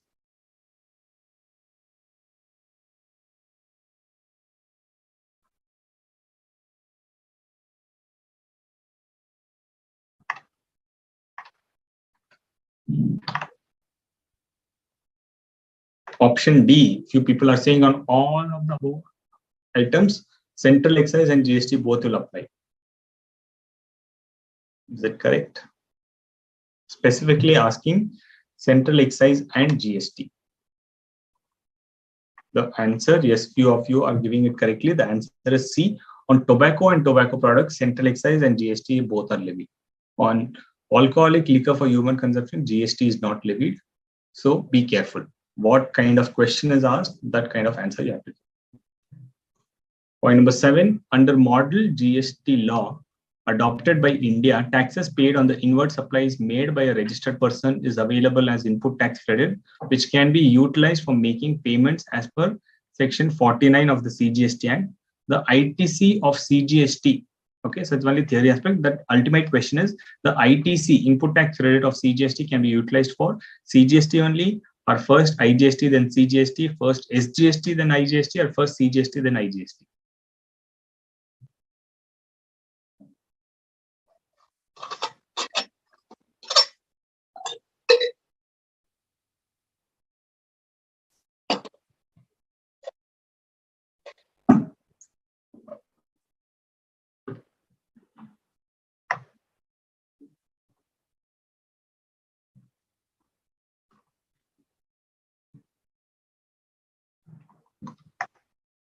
Seventh question, simple question. So mostly 100% correct answers here, except a few who are saying it is C. The correct answer is CGST. Can be utilized only with CGST? No, CGST can be utilized with CGST, then with IGST. Okay, so correct answer is D. It can be utilized with first as CGST and then IGST. The tax under GST legislation in India is being levied exclusively by the union and state laws, simultaneously by the union and state laws, only by the union laws, or only by the state laws.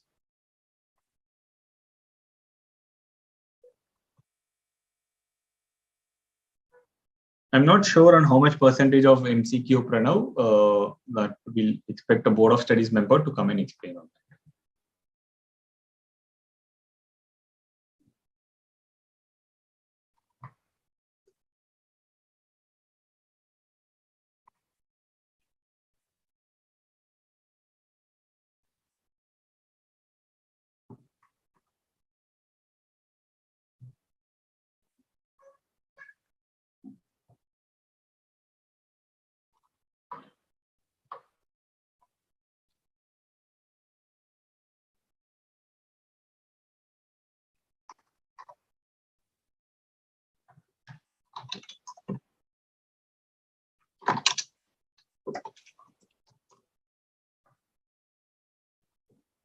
Okay. The correct answer is simultaneously. Answer is not exclusively by the union and state. It is simultaneously levied by the union and state laws. So the Constitution Amendment Bill, we saw 246A, both union and state have the simultaneously both have the power. Answer is B. Ninth question. Various taxes have been subsumed in the GST to make one nation, one tax. Out of the following, determine which taxes have been subsumed in GST. Which of the taxes have been subsumed in GST? Is it, so three taxes have been given: basic customs duty, taxes on lotteries, and environment tax. Which of these taxes have been subsumed in GST? Is it only two, which is taxes on have not been subsumed, which have been subsumed? Is it taxes on lotteries? Is it only taxes on lotteries, or is it taxes on lotteries and environment tax? Is it only environment tax, or is it all the three?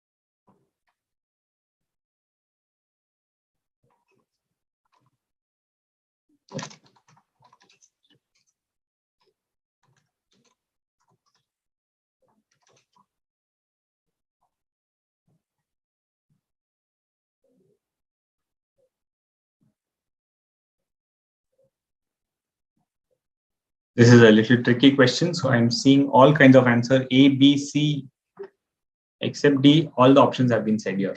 A, B, C. Understand the question. You may get tricky questions like this.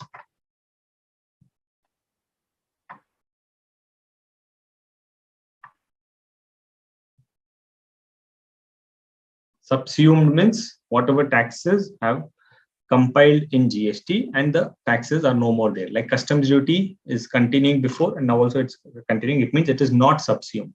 VAT was not there. Now GST is come. It means VAT is subsumed.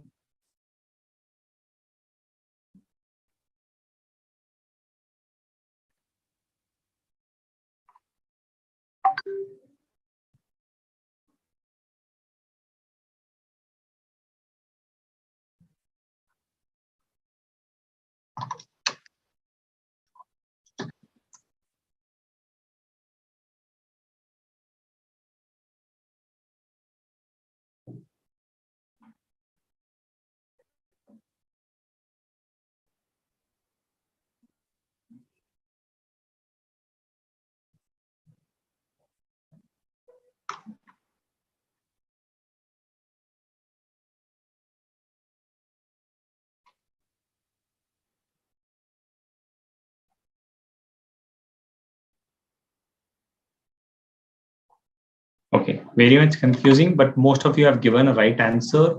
It is option A, because basic customs duty, we know it is not subsumed. Customs continues before, now also. Only taxes on lotteries and consume. Environment tax is not subsumed. So only taxes on lotteries have been subsumed. So on sale of lotteries, GST will apply, but on other taxes, those continue even now. Okay. Environment tax would be like royalty and other things, those still continues, but only taxes on lotteries have been subsumed. Last question. Alcoholic liquor for human consumption is subjected to what? Is it subject to state excise, central sales tax, or VAT, or is it both A and B, or it is leviable to GST? What is it subjected to?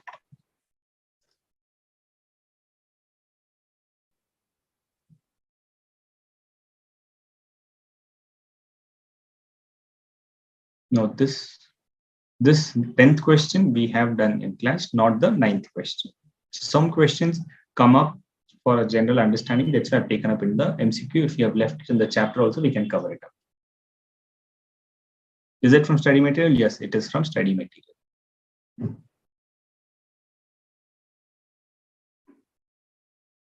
10th answer. Wow.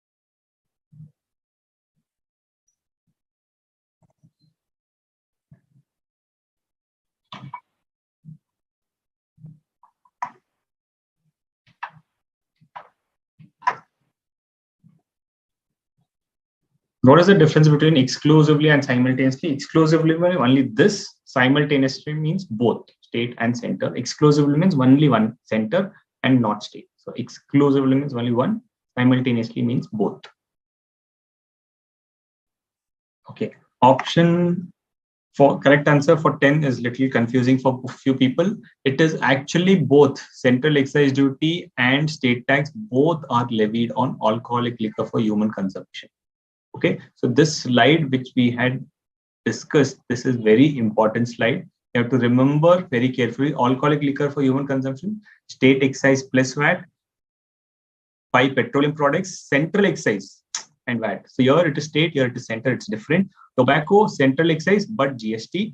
Opium and narcotic drugs, state excise and GST. Each of it is different, so you have to be careful. Okay.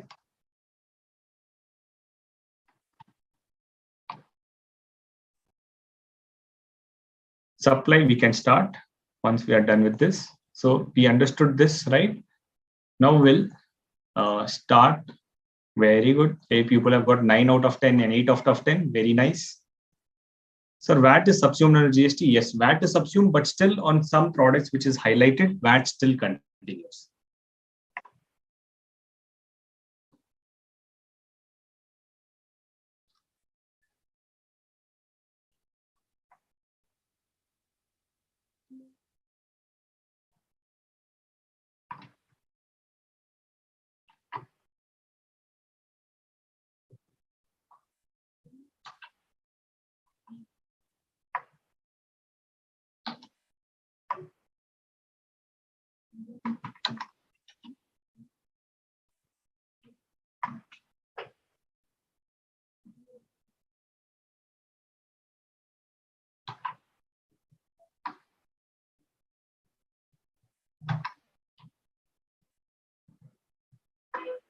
Okay, so we'll start our next topic on supply, which is a very important topic because this is the basis of GST. Whatever we do the study on GST, this is all based on the supply. Okay, very important chapter, very important thing to understand.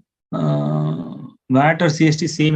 VAT is CST is kind of same. VAT is on intrastate transaction and CST is on interstate transaction.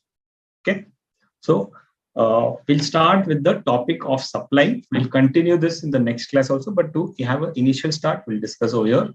Like before understanding supply, we have to understand what are the various levies which was there under the trigger points. I would say trigger point under pre-GST, what were trigger points, and under GST, what are the various trigger points. So under prior to GST, there are various taxes: excise, customs, service tax, and sales tax. These are the major taxes.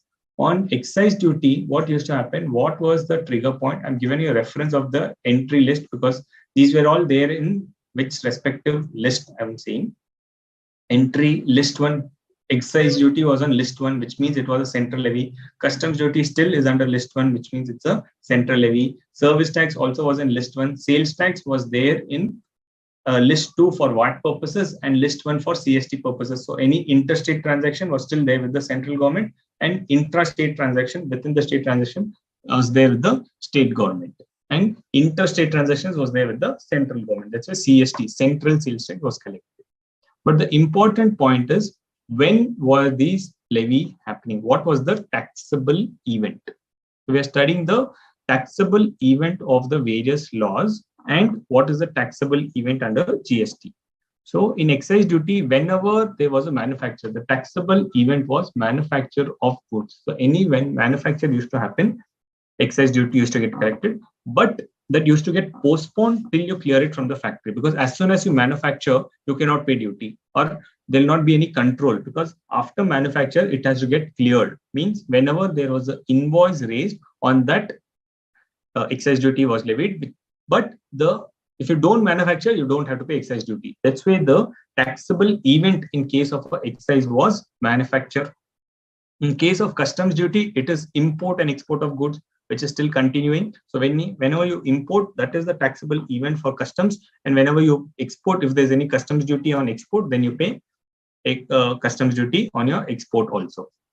Then service tax, the taxable event in case of service tax is rendering of service. So whenever I render any service, then service tax is leviable. And in case of sales tax, taxable event is transfer of ownership. So how is it established? Whenever I transfer ownership, I will raise an invoice. So that becomes a taxable event. So these were the various trigger points which says that what is the taxable event. In GST also, we have a taxable event. That taxable event is supply. So whenever I make supply could be of goods or supply could be of services, is the taxable event. Once I make a supply, I will pay GST. I am liable to pay GST. Okay. Now this, what is supply is what we will discuss. There is a separate section itself which defines what is supply, because the whole GST is based on this concept of supply. So if I make a supply, then GST is leviable. If I don't make a supply, GST is not leviable. Now, supply is very broad to cover, saying that what is supply, because it covers a lot of various things. So we'll have to keep few things embedded or by heart so that we will know what is supply, and any kind of question on supply can be answered. Meaning of supply is given under section 7. It says that supply includes all forms of supply. Supply includes all forms of supply of goods or services or both. Now, what is supply that we find? Okay, they've said supply includes all forms of supply of goods or services or both, such as, which means apart from our general meaning of supply, these following things are also supply. Okay, so it says supply includes, doesn't say supply means. But if they say supply means, then it's a restrictive meaning. Okay, means food means eatable foods and things which can be had along with food, which means it is a restrictive meaning. Food means only this. So along with that, if you have any juice, that doesn't include as food. So I'm just giving an example. It's not defined. Understand this point. If I say food means eatable things and ancillary things along with food, which can be eaten up. So which means I'm defining food to mean only this. So you might have your understanding of food in a general parlance differently, but if I have an act and if I define food means any eatable things, so anything you drink will not be food. So I'm giving it a restrictive meaning. Means whatever I define under this law, it will apply this meaning for this act. The general meaning of food is fine, but for the purpose of this act, this is the meaning of food. So that is a restrictive meaning. Whenever they use the word means, it means whatever is defined, only that is the meaning. But if it says includes, it's an exhaustive definition. Exhaustive means bada definition, or it is wider definition. So supply includes, when they say, it means whatever, it doesn't mean, because I've not used the word means, but what do we learn from it is general meaning of supply. So when I supply, I'm supplying something. That general meaning, and to remove any doubt, they've defined it here also. So supply includes is an exhaustive definition. It's a broader definition, but general understanding of supply is also covered here, and the specific terms what they've defined, that also is covered here. Okay, so normal supply plus these four things also will include. So supply includes all forms of supply of goods or services or both, such as sale, transfer, barter, exchange, license, rental, lease, or disposal. So 8 terms they have used. Sale, so I've used it very exhaustively, but they have also said such as. So these will also include these following 8 terms. Sale. So GST is on sale, yes, but not only on sale, on other things also. Sale, transfer, barter, exchange, license, rental, lease, or disposal. On all of these 8 category of things, supply is included, and which is made or agreed to be made for a consideration by a person in the course or furtherance of business. Okay, so its supply includes all the following 8 terms. So we'll understand what is the difference between each of these terms in subsequent slide, but just here understand what are we trying to say, what are the ingredients which are required, and don't go into the meaning of these 8 terms. 8 terms will define separately. Understand the true nature of this supply definition. Supply includes all forms of supply of goods or services, such as sale, transfer, barter, exchange, license, rental, lease, or disposal, okay, which is made or agreed to be made. Just supply is not sufficient. All the conditions has to be satisfied, which is made or agreed to be made. First underlined word is for a consideration. Consideration means there has to be something in return, not necessarily money. Doesn't say agreed to be made for money. This is for a consideration. Consideration can be monetary consideration or non-monetary consideration. So all of these 8 transactions, which is supply, if it is made for a consideration, it should be made for a consideration, only then it's supply. If it is free of charge and if there's no consideration, then it is not a supply. Okay, so if it is not for consideration, then it's not a supply. It should be for a consideration by a person in the course or furtherance of business. What is furtherance of business? What is in the course of business? What is business? That is also defined. But for now, understand it should be for a consideration and it should be in the course or furtherance of business. Both the conditions had to be satisfied, only then it's a supply. Clear? All the conditions has to be satisfied, only then it is supply. If triggered is supply for GST, then why GST is not supply based? Why is it destination based? It is supply based. If I make supply, only then GST is leviable. Of course, it is supply based itself, but the taxes goes to the consumption state or it goes to the destination stage. So it is destination based supply, but it is not a supply origin based. So what we're trying to say, it is not the origin state which gets the tax. If origin state gets the tax, then they will not pass on the credit to the another state, right? But they're passing it on, because when I make a IGST transaction, my credit from my state goes and sits in the IGST and it goes to the state where it is consumed. So it's a destination based consumption tax, but the basis is supply itself. The base has to be there. No, it is not that which state it will go, they will pay taxes there. So this there will not be any control. The control mechanism is supply based. Once I make a supply, taxation is deducted. When I make a supply, GST is collected. Supply is an inclusive definition and not exhaustive. Supply is an exhaustive definition because it says that supply includes. Just because of the word includes, can you say it's inclusive? No, it is an exhaustive definition. Lease is related to immovable property. GST is not leviable on immovable property. Lease is related to immovable property, but GST is not leviable on immovable property. You're right. GST is not levied on immovable property, but leasing of immovable property is different from immovable property. Selling of immovable property is different. Leasing of immovable property is different. So I have a land. If I sell this land, GST is not applicable. You're right. But if I give this land for lease and I collect lease charges, on that GST is applicable. Okay. Sir, in section, is it section 7 clause 1 subclause A, or is it section 7 subclause 1? 1 minute. Take the GST law, Ramchandra.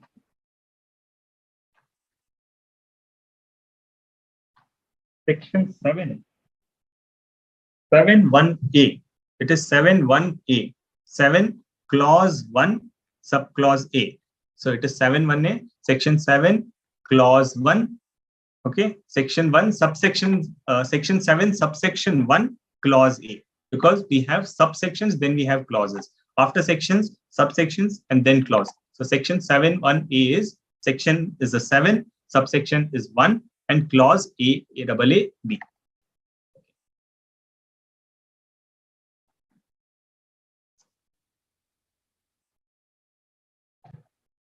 Disposal means disposing it off. Barter means barter. I give something and I get something. Disposal means I disposal of and I don't get anything. That is also disposal. So, but their consideration should be there. So their consideration will not be there. So then it will not be leviable to GST. You're right. That's the reason you have other legs.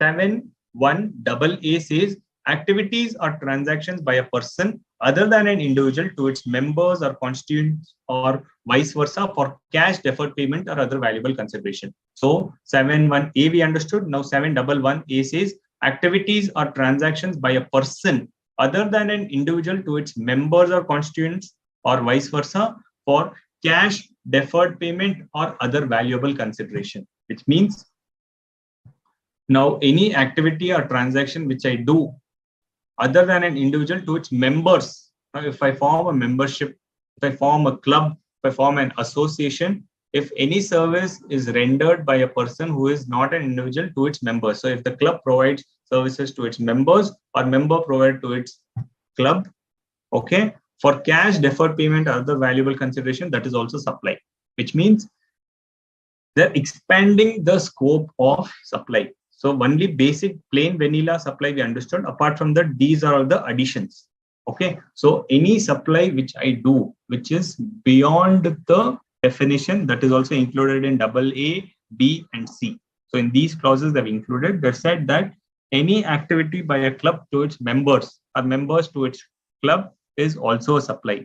Why this was required is this was an amendment wherein there was a famous case of Calcutta Club under the service tax law, which got passed or which got pronounced after the GST came in. Wherein in Calcutta Club, they said that any transaction between a club to its members is an internal transaction. Like it is like a treating of a members within the members. It is within the family. So GST service tax will not apply. But in GST, they didn't want that loophole to go in, and they wouldn't want any case laws to come in saying that GST is not applicable on the club services to its members. So this amendment has been brought in the definition of supply itself.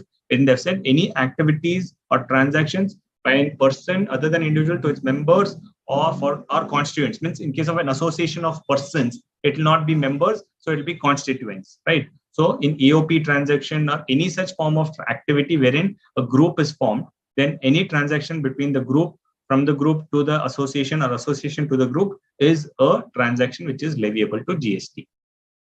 Okay. So we understood basic supply, this supply, and now B. 7(1)B says import of services for a consideration, whether or not in the course or furtherance of business. Is it part of this? No, it is not part of 7.1a. That's why they had brought in 7.1b to say that on import of services also GST will apply. So import of services for a consideration, whether or not in the course or furtherance of business. So import of services is leviable to GST. Now there should be a consideration. First, 7.1a has two conditions, consideration and in the course of business. But 7.1b says on import of services, consideration is required, but even it will be liable even if it is not in the course of furtherance of business. Example, to understand 7.1b, if I do any importation of services and I pay money, it is liable to GST. Had 7.1b not been there, on that GST would not apply, but now it will apply even if I don't use it for my business. Matlab, any personal thing if I use or consume, okay, for which if I pay consideration, GST will apply. Like if I download some music, I'll pay some subscription charges for that. If I don't pay subscription charges, no consideration, no GST. But if I pay some subscription charges, okay, through credit card swiping, generally we pay, any modes you make the payment, you're using it. Now, if you don't use it for your business, because one of the conditions in first leg was it should be used in the course or furtherance of business. But in 7.1b, it says if it is not in the course or furtherance of business, even then GST is applicable. Matlab, if I use music download for my personal use also, even then GST is leviable. Okay, 7.1b says import of services, consideration should be there, but even if it is not in the course of business, फिर भी GST लगेगा. 7.1a में क्या है? Consideration भी रहना चाहिए and it should be in the course or furtherance of business. Both the conditions. 7.1b में only one leg, consideration should be there.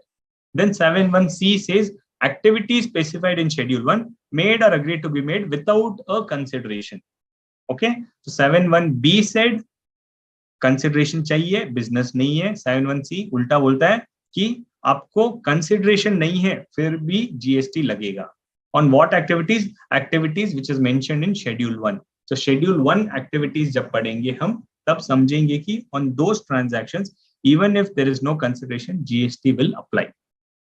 ठीक है? Clear? 3 legs. These are the important legs. 7.1a, 7, section 1, subsection 7, 1a, then section 1, 7, subsection 2 are other actions, but these 7, 1, a, b, a, double a, b, and c are important.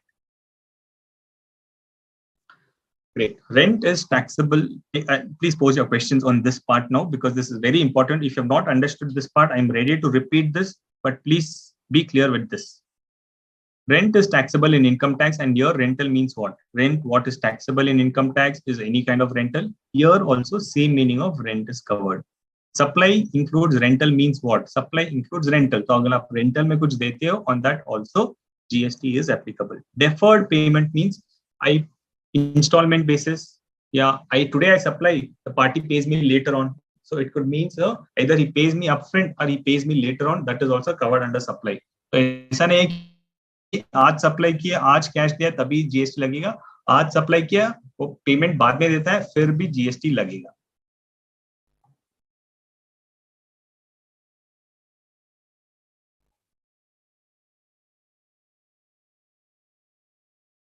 Deferred payment means paid later on. Is GST leviable from HUF to its members? Very interesting question. Here they said activities or transactions by a person other than individual to its members or constituents or vice versa for cash, deferred payment or other valuable consideration. By this definition, I would say it is included, but I would still argue that HUF ke cases mein it's a one Hindu undivided family, it's one business. So they should not be levied. This can be definitely challenged because this amendment came with respect to membership of a club. Generally, we have not seen any transaction between a HUF and members. They don't do any transaction. They do any partition and things. HUF is Hindu undivided family, wherein they do any partition and things. So their chances of HUF getting taxed is very less. That's my opinion. Means if I hire a doctor from London, then GST is applied? Yes. If you hire a doctor from London, I take consultancy service from there, then GST is applicable. But you have to understand import of services pay, there is who will pay the GST. On import of services, GST generally is paid by the supplier. If I supply something to you, then I have to collect taxes from you. Right? That is called as GST under normal cases. But in case of import of services, like your example, Pranav, if you take any services from a doctor who is from London, he sits there and provide you consultancy. Okay, it is for consideration, but it is for personal use. Still, GST is applicable. GST has to be paid under reverse charge. Okay, means the doctor is sitting there. How will the Indian government collect taxes from him? Not possible. So, import of service. So, on import of service, GST is paid by the importer. So, you as a recipient has to pay GST if you're registered. If you're not registered, then that's different. So, that complication is there. But understand, generally, if I am a registered person and I'm importing any services, GST has to be paid by me. That is called as reverse charge basis. Matlab, GST instead of generally being paid by the supplier is being paid by the recipient. It is called as reverse charge mechanism. Ayush, is your answer clarified? Disposal means बेच देना, फेंक देना. I dispose it off. I'm just disposing. I don't need it. I'm discarding it or disposing of. पुराने laptop से मैंने किसी आश्रम को दे दिया, किसी NGO को दे दिया. I've disposed it off. Okay, that is called disposal. On disposal also GST is applicable. When our compute standard deductions, so standard deduction you will compute only when you do a registration. So when you do a registration, that time the limit will apply. If you do have crossing the limit, then you have to apply for registration. Otherwise, not. Please repeat clause AA. Clause AA क्या बोलता है? Activities are transactions by a person other than individual. You have to think of this as a membership or a association. When any activities or transaction is done by a person other than individual to its members or constituents. मतलब जब एक association or a club provides services to its members or members provide services anything to him, then GST is applicable. क्या होता था clubs वगैरह में? Clubs कैसे form होते हैं? They are not third parties who are encouraged. 10 लोग 50 लोग मिलते हैं, they form a club. So they call themselves as a Rotary Club, a Bangalore Club, example. In a Bangalore Club, all the members are there. They go there, they pool in money. From the pooled money, they will buy something and they will consume it internally. बाहर का कोई आदमी नहीं आ सकता है. So it's an internal consumption. So my money, I invested in the club and club has bought something and it's selling to me. So the question was, since I am paid my own money, I've pooled in my own money, instead of me buying, the club is buying on my behalf. So उसके ऊपर tax क्यों लगना चाहिए? Either I buy or the club buys. The club buying from the outside person, he has charged me GST. Now club again supplying it to me, it is like internal consumption. एक pocket से लेके एक और pocket में डालता हूँ तो उसके ऊपर tax लगेगा क्या? नहीं लगेगा. So that was the argument which was saying that clubs, if they are providing any services to a members, are internal within the circuit transaction है और इसके ऊपर GST नहीं लगना चाहिए. Then there was lot of tax authorities said no, club हो तो क्या हुआ? There is a sale transaction between the club and the members, so GST service tax has to be applied. Then it went up to Supreme Court. So then Supreme Court said nahi, jo bhi, based on various discussions they held that it's not so easily how I'm describing, but finally the judgment was that the distribution of services by the association or by the club to its members is not liable to service tax. But abhi isme clear kar diya hai GST mein ki any services by a club to its members is liable to GST. Okay, that is the crux of 7(1)AA. Consideration can be non-monetary also. How? Barter. If I'm supplying to a doctor my chartered accountancy services and I'm taking some consultancy from him, so इसके ऊपर GST लगेगा नहीं लगेगा? I have not got any cash. He has not got any cash, but we are providing some supply and there is a consideration. Had he not provided me consultancy services, I would have collected fees from him. So there is a consideration. Consideration is in terms of his services provided to me. So there is a consideration on that GST is applicable. Who will charge GST on import of service? Receiver generally, but in some cases it is a supplier also. Meaning of furtherance of business. Business, we'll understand. Furtherance of business means anything done to in furtherance of business. मतलब मैंने incorporation किया, I've incorporated a company and I brought machineries. Business तो मैंने आज start नहीं किया है, but I've got it for the purpose of doing business. That is called as furtherance of business. So any activity done in furtherance of business for the purpose of business, for improving the business, I am using it for using in the business in the future date is called as furtherance of business. Okay. Accrued means accrued. आज मैंने नहीं किया है, आगे मैं खर्चा करूंगा. That is accrual. Why under import is mentioned and whether or not in the course of business? Because when we import, lot of imports happen without, which is not in the course of furtherance of business. Like most of the personal usage, like foreign companies provide services to India, okay, and it will be for personal consumption. But there's a lot of revenue leakage over there because supplier I cannot track, right? So even if it is for personal consumption also, GST has to be levied on that. That's what I've said. On case of import of services, whether or not in the course of furtherance of business, GST is applicable. Had this not been, what would have happened? Only in the course of furtherance of business, I will pay. So a lot of personal consumptions, end-use consumers like import of songs, import of softwares. Most of the softwares are getting imported by individuals. On that also, GST has to be tapped. That's why they've said whether or not in the course of furtherance of business. Please explain 7.1b. 7.1b क्या है? Import of services for a consideration. There has to be consideration, but even if it is not in the course of furtherance of business.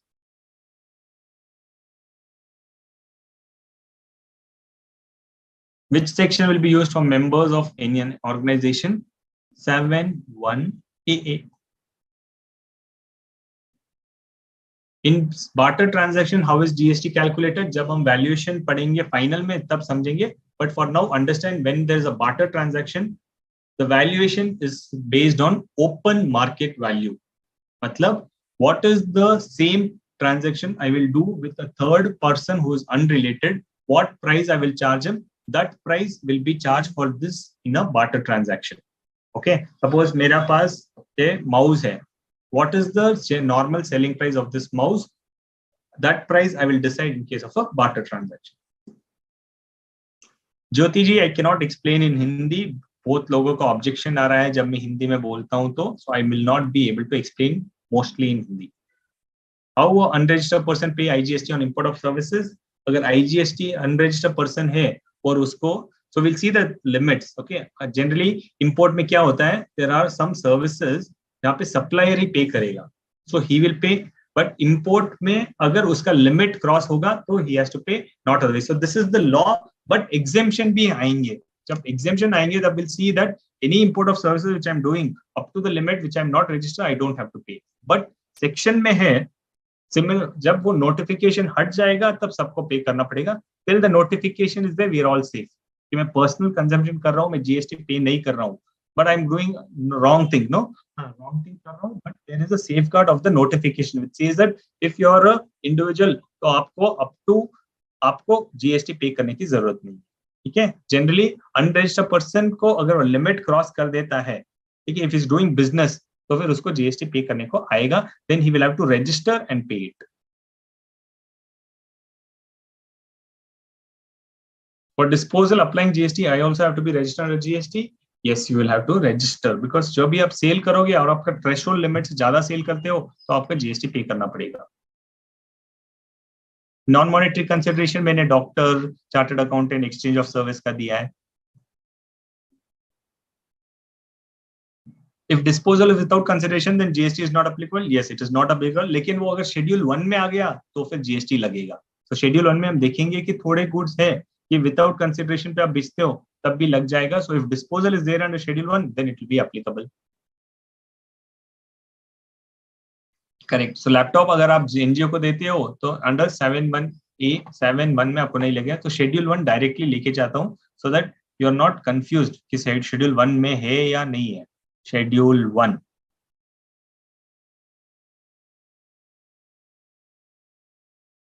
Schedule 1 क्या बोलता है? Permanent transfer और disposal of assets. तो schedule 1 में cover हो गया है. Disposal of assets 7.1 में A7.1 में नहीं है, लेकिन 7.1A में सेइंग दैट कंसिडरेशन नहीं है तो नहीं लगेगा. बट यहाँ पे ट्रैप हो गया वो. यहाँ पे 7 शेड्यूल 1 क्या बोलता है? परमानेंट ट्रांसफर और डिस्पोजल ऑफ एसेट्स. डिस्पोजल और transfer of business asset transfer disposal should be permanent and ITC must have been availed. तो अगर आप ITC claim करते हो और तब बेचते हो, then GST will apply. So permanent transfer or disposal of assets will be leviable to GST if you have claimed the input tax credit on their purchase. क्योंकि आप इनपुट भी ले लेते हो और आउटपुट फ्री कर देते हो तो गवर्नमेंट को लॉस होता है. That's why they've said they've covered it under Schedule 1.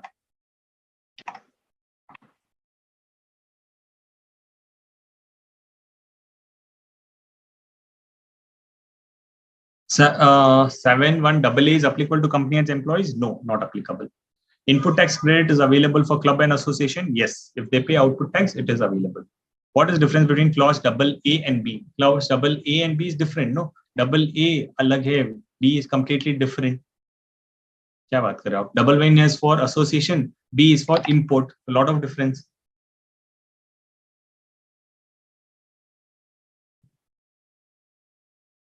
How is GST calculated in barter transaction? Open transaction value, जैसे valuation करते हैं, valuation करके उसका GST पे करना पड़ेगा. Import service I've explained. Music download कीजिए, software download कर दीजिए. All of that is import service.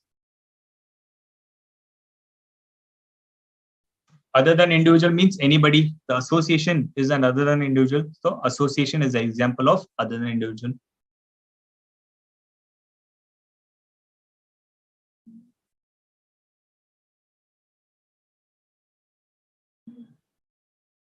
Barter system is not in existence. Barter still be existing है. अगर आपको कुछ transaction करना है, you want to do under barter transaction, you can definitely do it. Nobody is stopping you.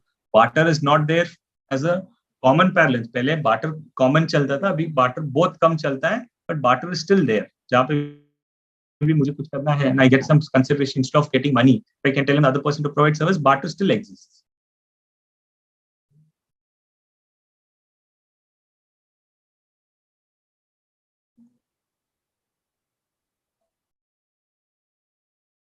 Okay, so Raj Sharan, your question is, if I haven't registered in GST and import services from London, who will pay GST? So you will have to register under GST and pay it. So import of service के लिए conditions है that if you import, okay, अगर आप सिर्फ import करते हो और non business हो तो फिर GST नहीं लगेगा, लेकिन आप registered हो और आप import करते हो तो फिर GST आपको pay करना पड़ेगा. 7(1)C is with or without consideration.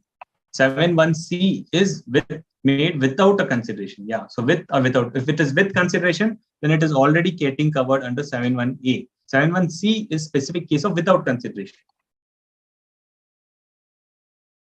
How to calculate GST if no consideration on disposal transactions? Again, open book value, जो उसका market value रहेगा, on that open book value, तो आपका depreciation लेके, there is a mechanism which says अगर आप dispose कर देते हो, so then take the useful life of the asset और depreciation calculate करो, reduce करके जो value आता है, that you have to pay GST.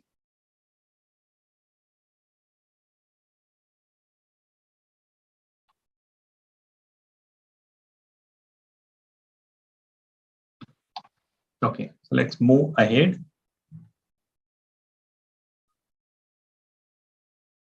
7(1)A, when certain activities or transactions, 7(1)(7) subsection 1 clause A, AA, B or C we have understood. Now we'll go to 7 subsection 1A. When certain activities or transactions constitute a supply in accordance with the provisions of section 1, they shall be treated either as supply of goods or supply of services as referred in schedule 2. मतलब schedule 1 हमने देख लिया that any supply without consideration will be falling under schedule 1. Then comes schedule 2, which says that it's a classification schedule. When it says अगर certain activities 7(1) में cover हो गया है, then whether to treat it as supply of goods or supply of services will be categorized under schedule 2.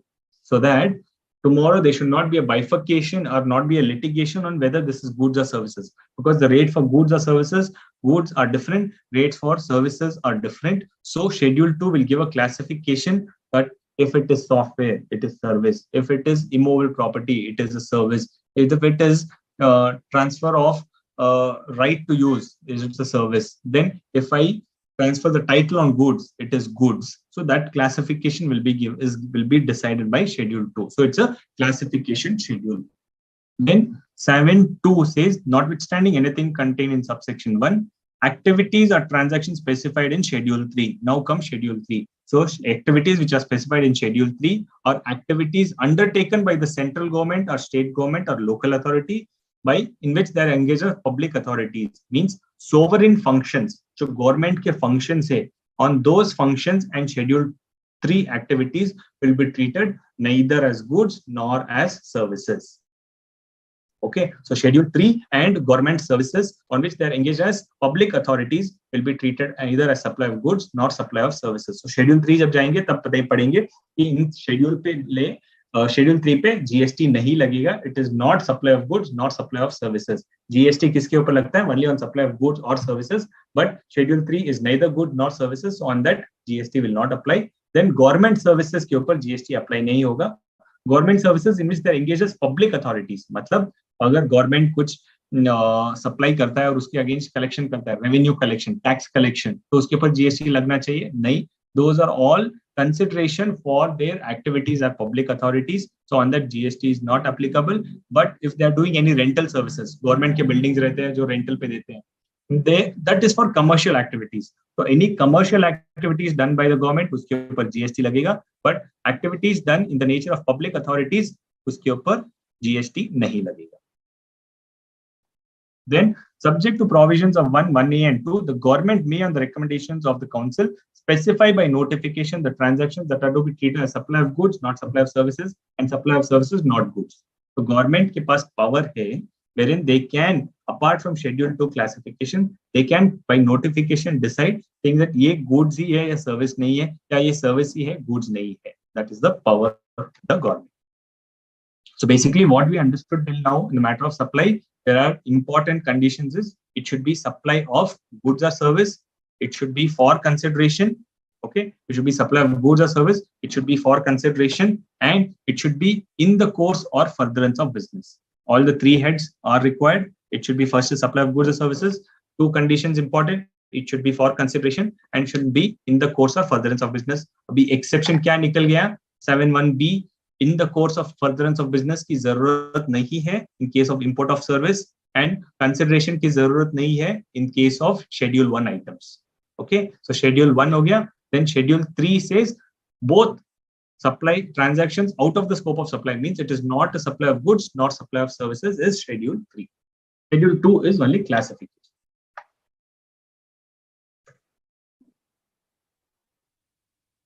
If I give immovable property in case of barter, so GST is applicable, as GST is not leviable on immovable property. On GST is not applicable on immovable property. So if you barter immovable property for anything, also GST will not apply, because the base on your immovable property itself, GST is not applicable. So even if you do a barter of immovable property, GST will not apply.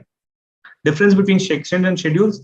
Sections is 7(1), 7(1)(a). All of these are sections. Schedules are schedules which are given reference in the sections to the schedules. Schedules are given at the end of the act, which will give some transactions, but the power of the schedule is drawn from the sections itself. So section will refer to the schedule. That time you'll have to refer the schedule. Explain schedules. Section Schedule 1 हमने पढ़ लिया है. We'll further read हमारा basic 7 अगर पकड़ में आ गया. If we are strong in 7, then we can go to the schedules also. So in the next session, we'll discuss on the schedules. Person giving laptop to NGO, then by whom GST is payable, whether by NGO or that person. Supplier, if it is the NGO supplier, if a company is supplying, giving a laptop to the NGO, then supplier has to pay GST on that. But some transactions which receiver has to pay, that is called as reverse charge basis. Example, Aracanet or tobacco. These are the goods which are sold by an agriculturist to businesses. So agriculturists cannot register under GST, they are unorganized. Then it is the tax passes on to the recipient. So that is a mechanism of reverse charge basis, which I was saying that if on import of service also reverse charge is there, and on supply of certain specific goods, there's a list on which if I supply to a recipient, the recipient has to pay. That is under reverse charge. Now, in case of this supply to NGO, it is not under that. So it is not under reverse charge. It is under normal charge that when I supply it to an NGO, I have to pay GST on that. What is supplementary study paper? Supplementary study paper in your Board of Studies is take your old study material and it will be relevant for your May 2023 exams, but with these amendments, with these corrections. So you have to read the November 22 exam book plus the supplementary study material for your May 2023 exam. If I exchange goods for goods and two goods have different rates, how will GST be charged? So it will be charged based on what you are supplying. So if I am supplying this telephone, on this the rate is 5%. So I will pay GST at 5%.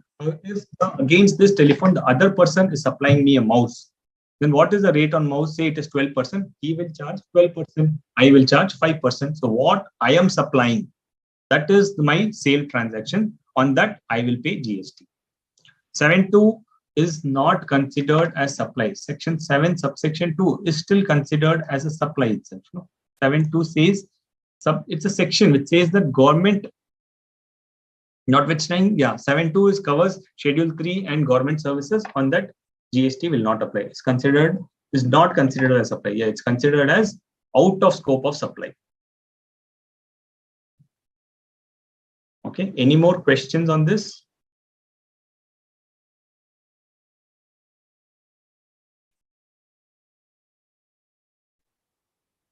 We'll continue this discussion on supply in the next class. I'll just take some more time to see if you have any more questions. Otherwise, we have covered very good MCQs today to understand the basis of GST, and we have brought a concept of supply. So please read through your study material till your next class, which is on Thursday, so that you will understand the concept when I explain it to you in a much better manner. And if you have any queries, you could ask it live so that we could answer it.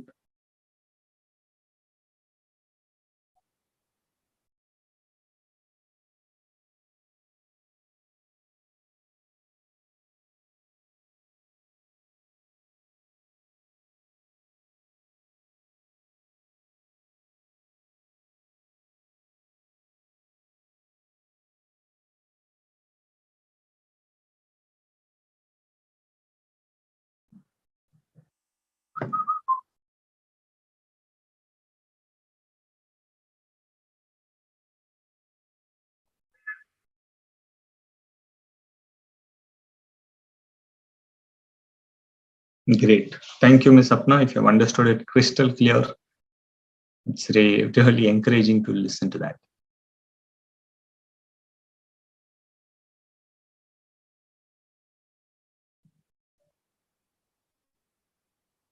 Schedule 2 is a classification schedule. हम Schedule 2 भी जाएंगे. That time I will explain you, Raj, what is Schedule 2.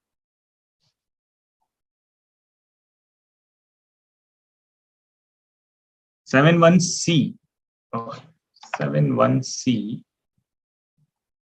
7.1C, the activity specified in schedule and made or agreed to made without a consideration is applicable as supply. Yes, 7.1C is applicable as supply.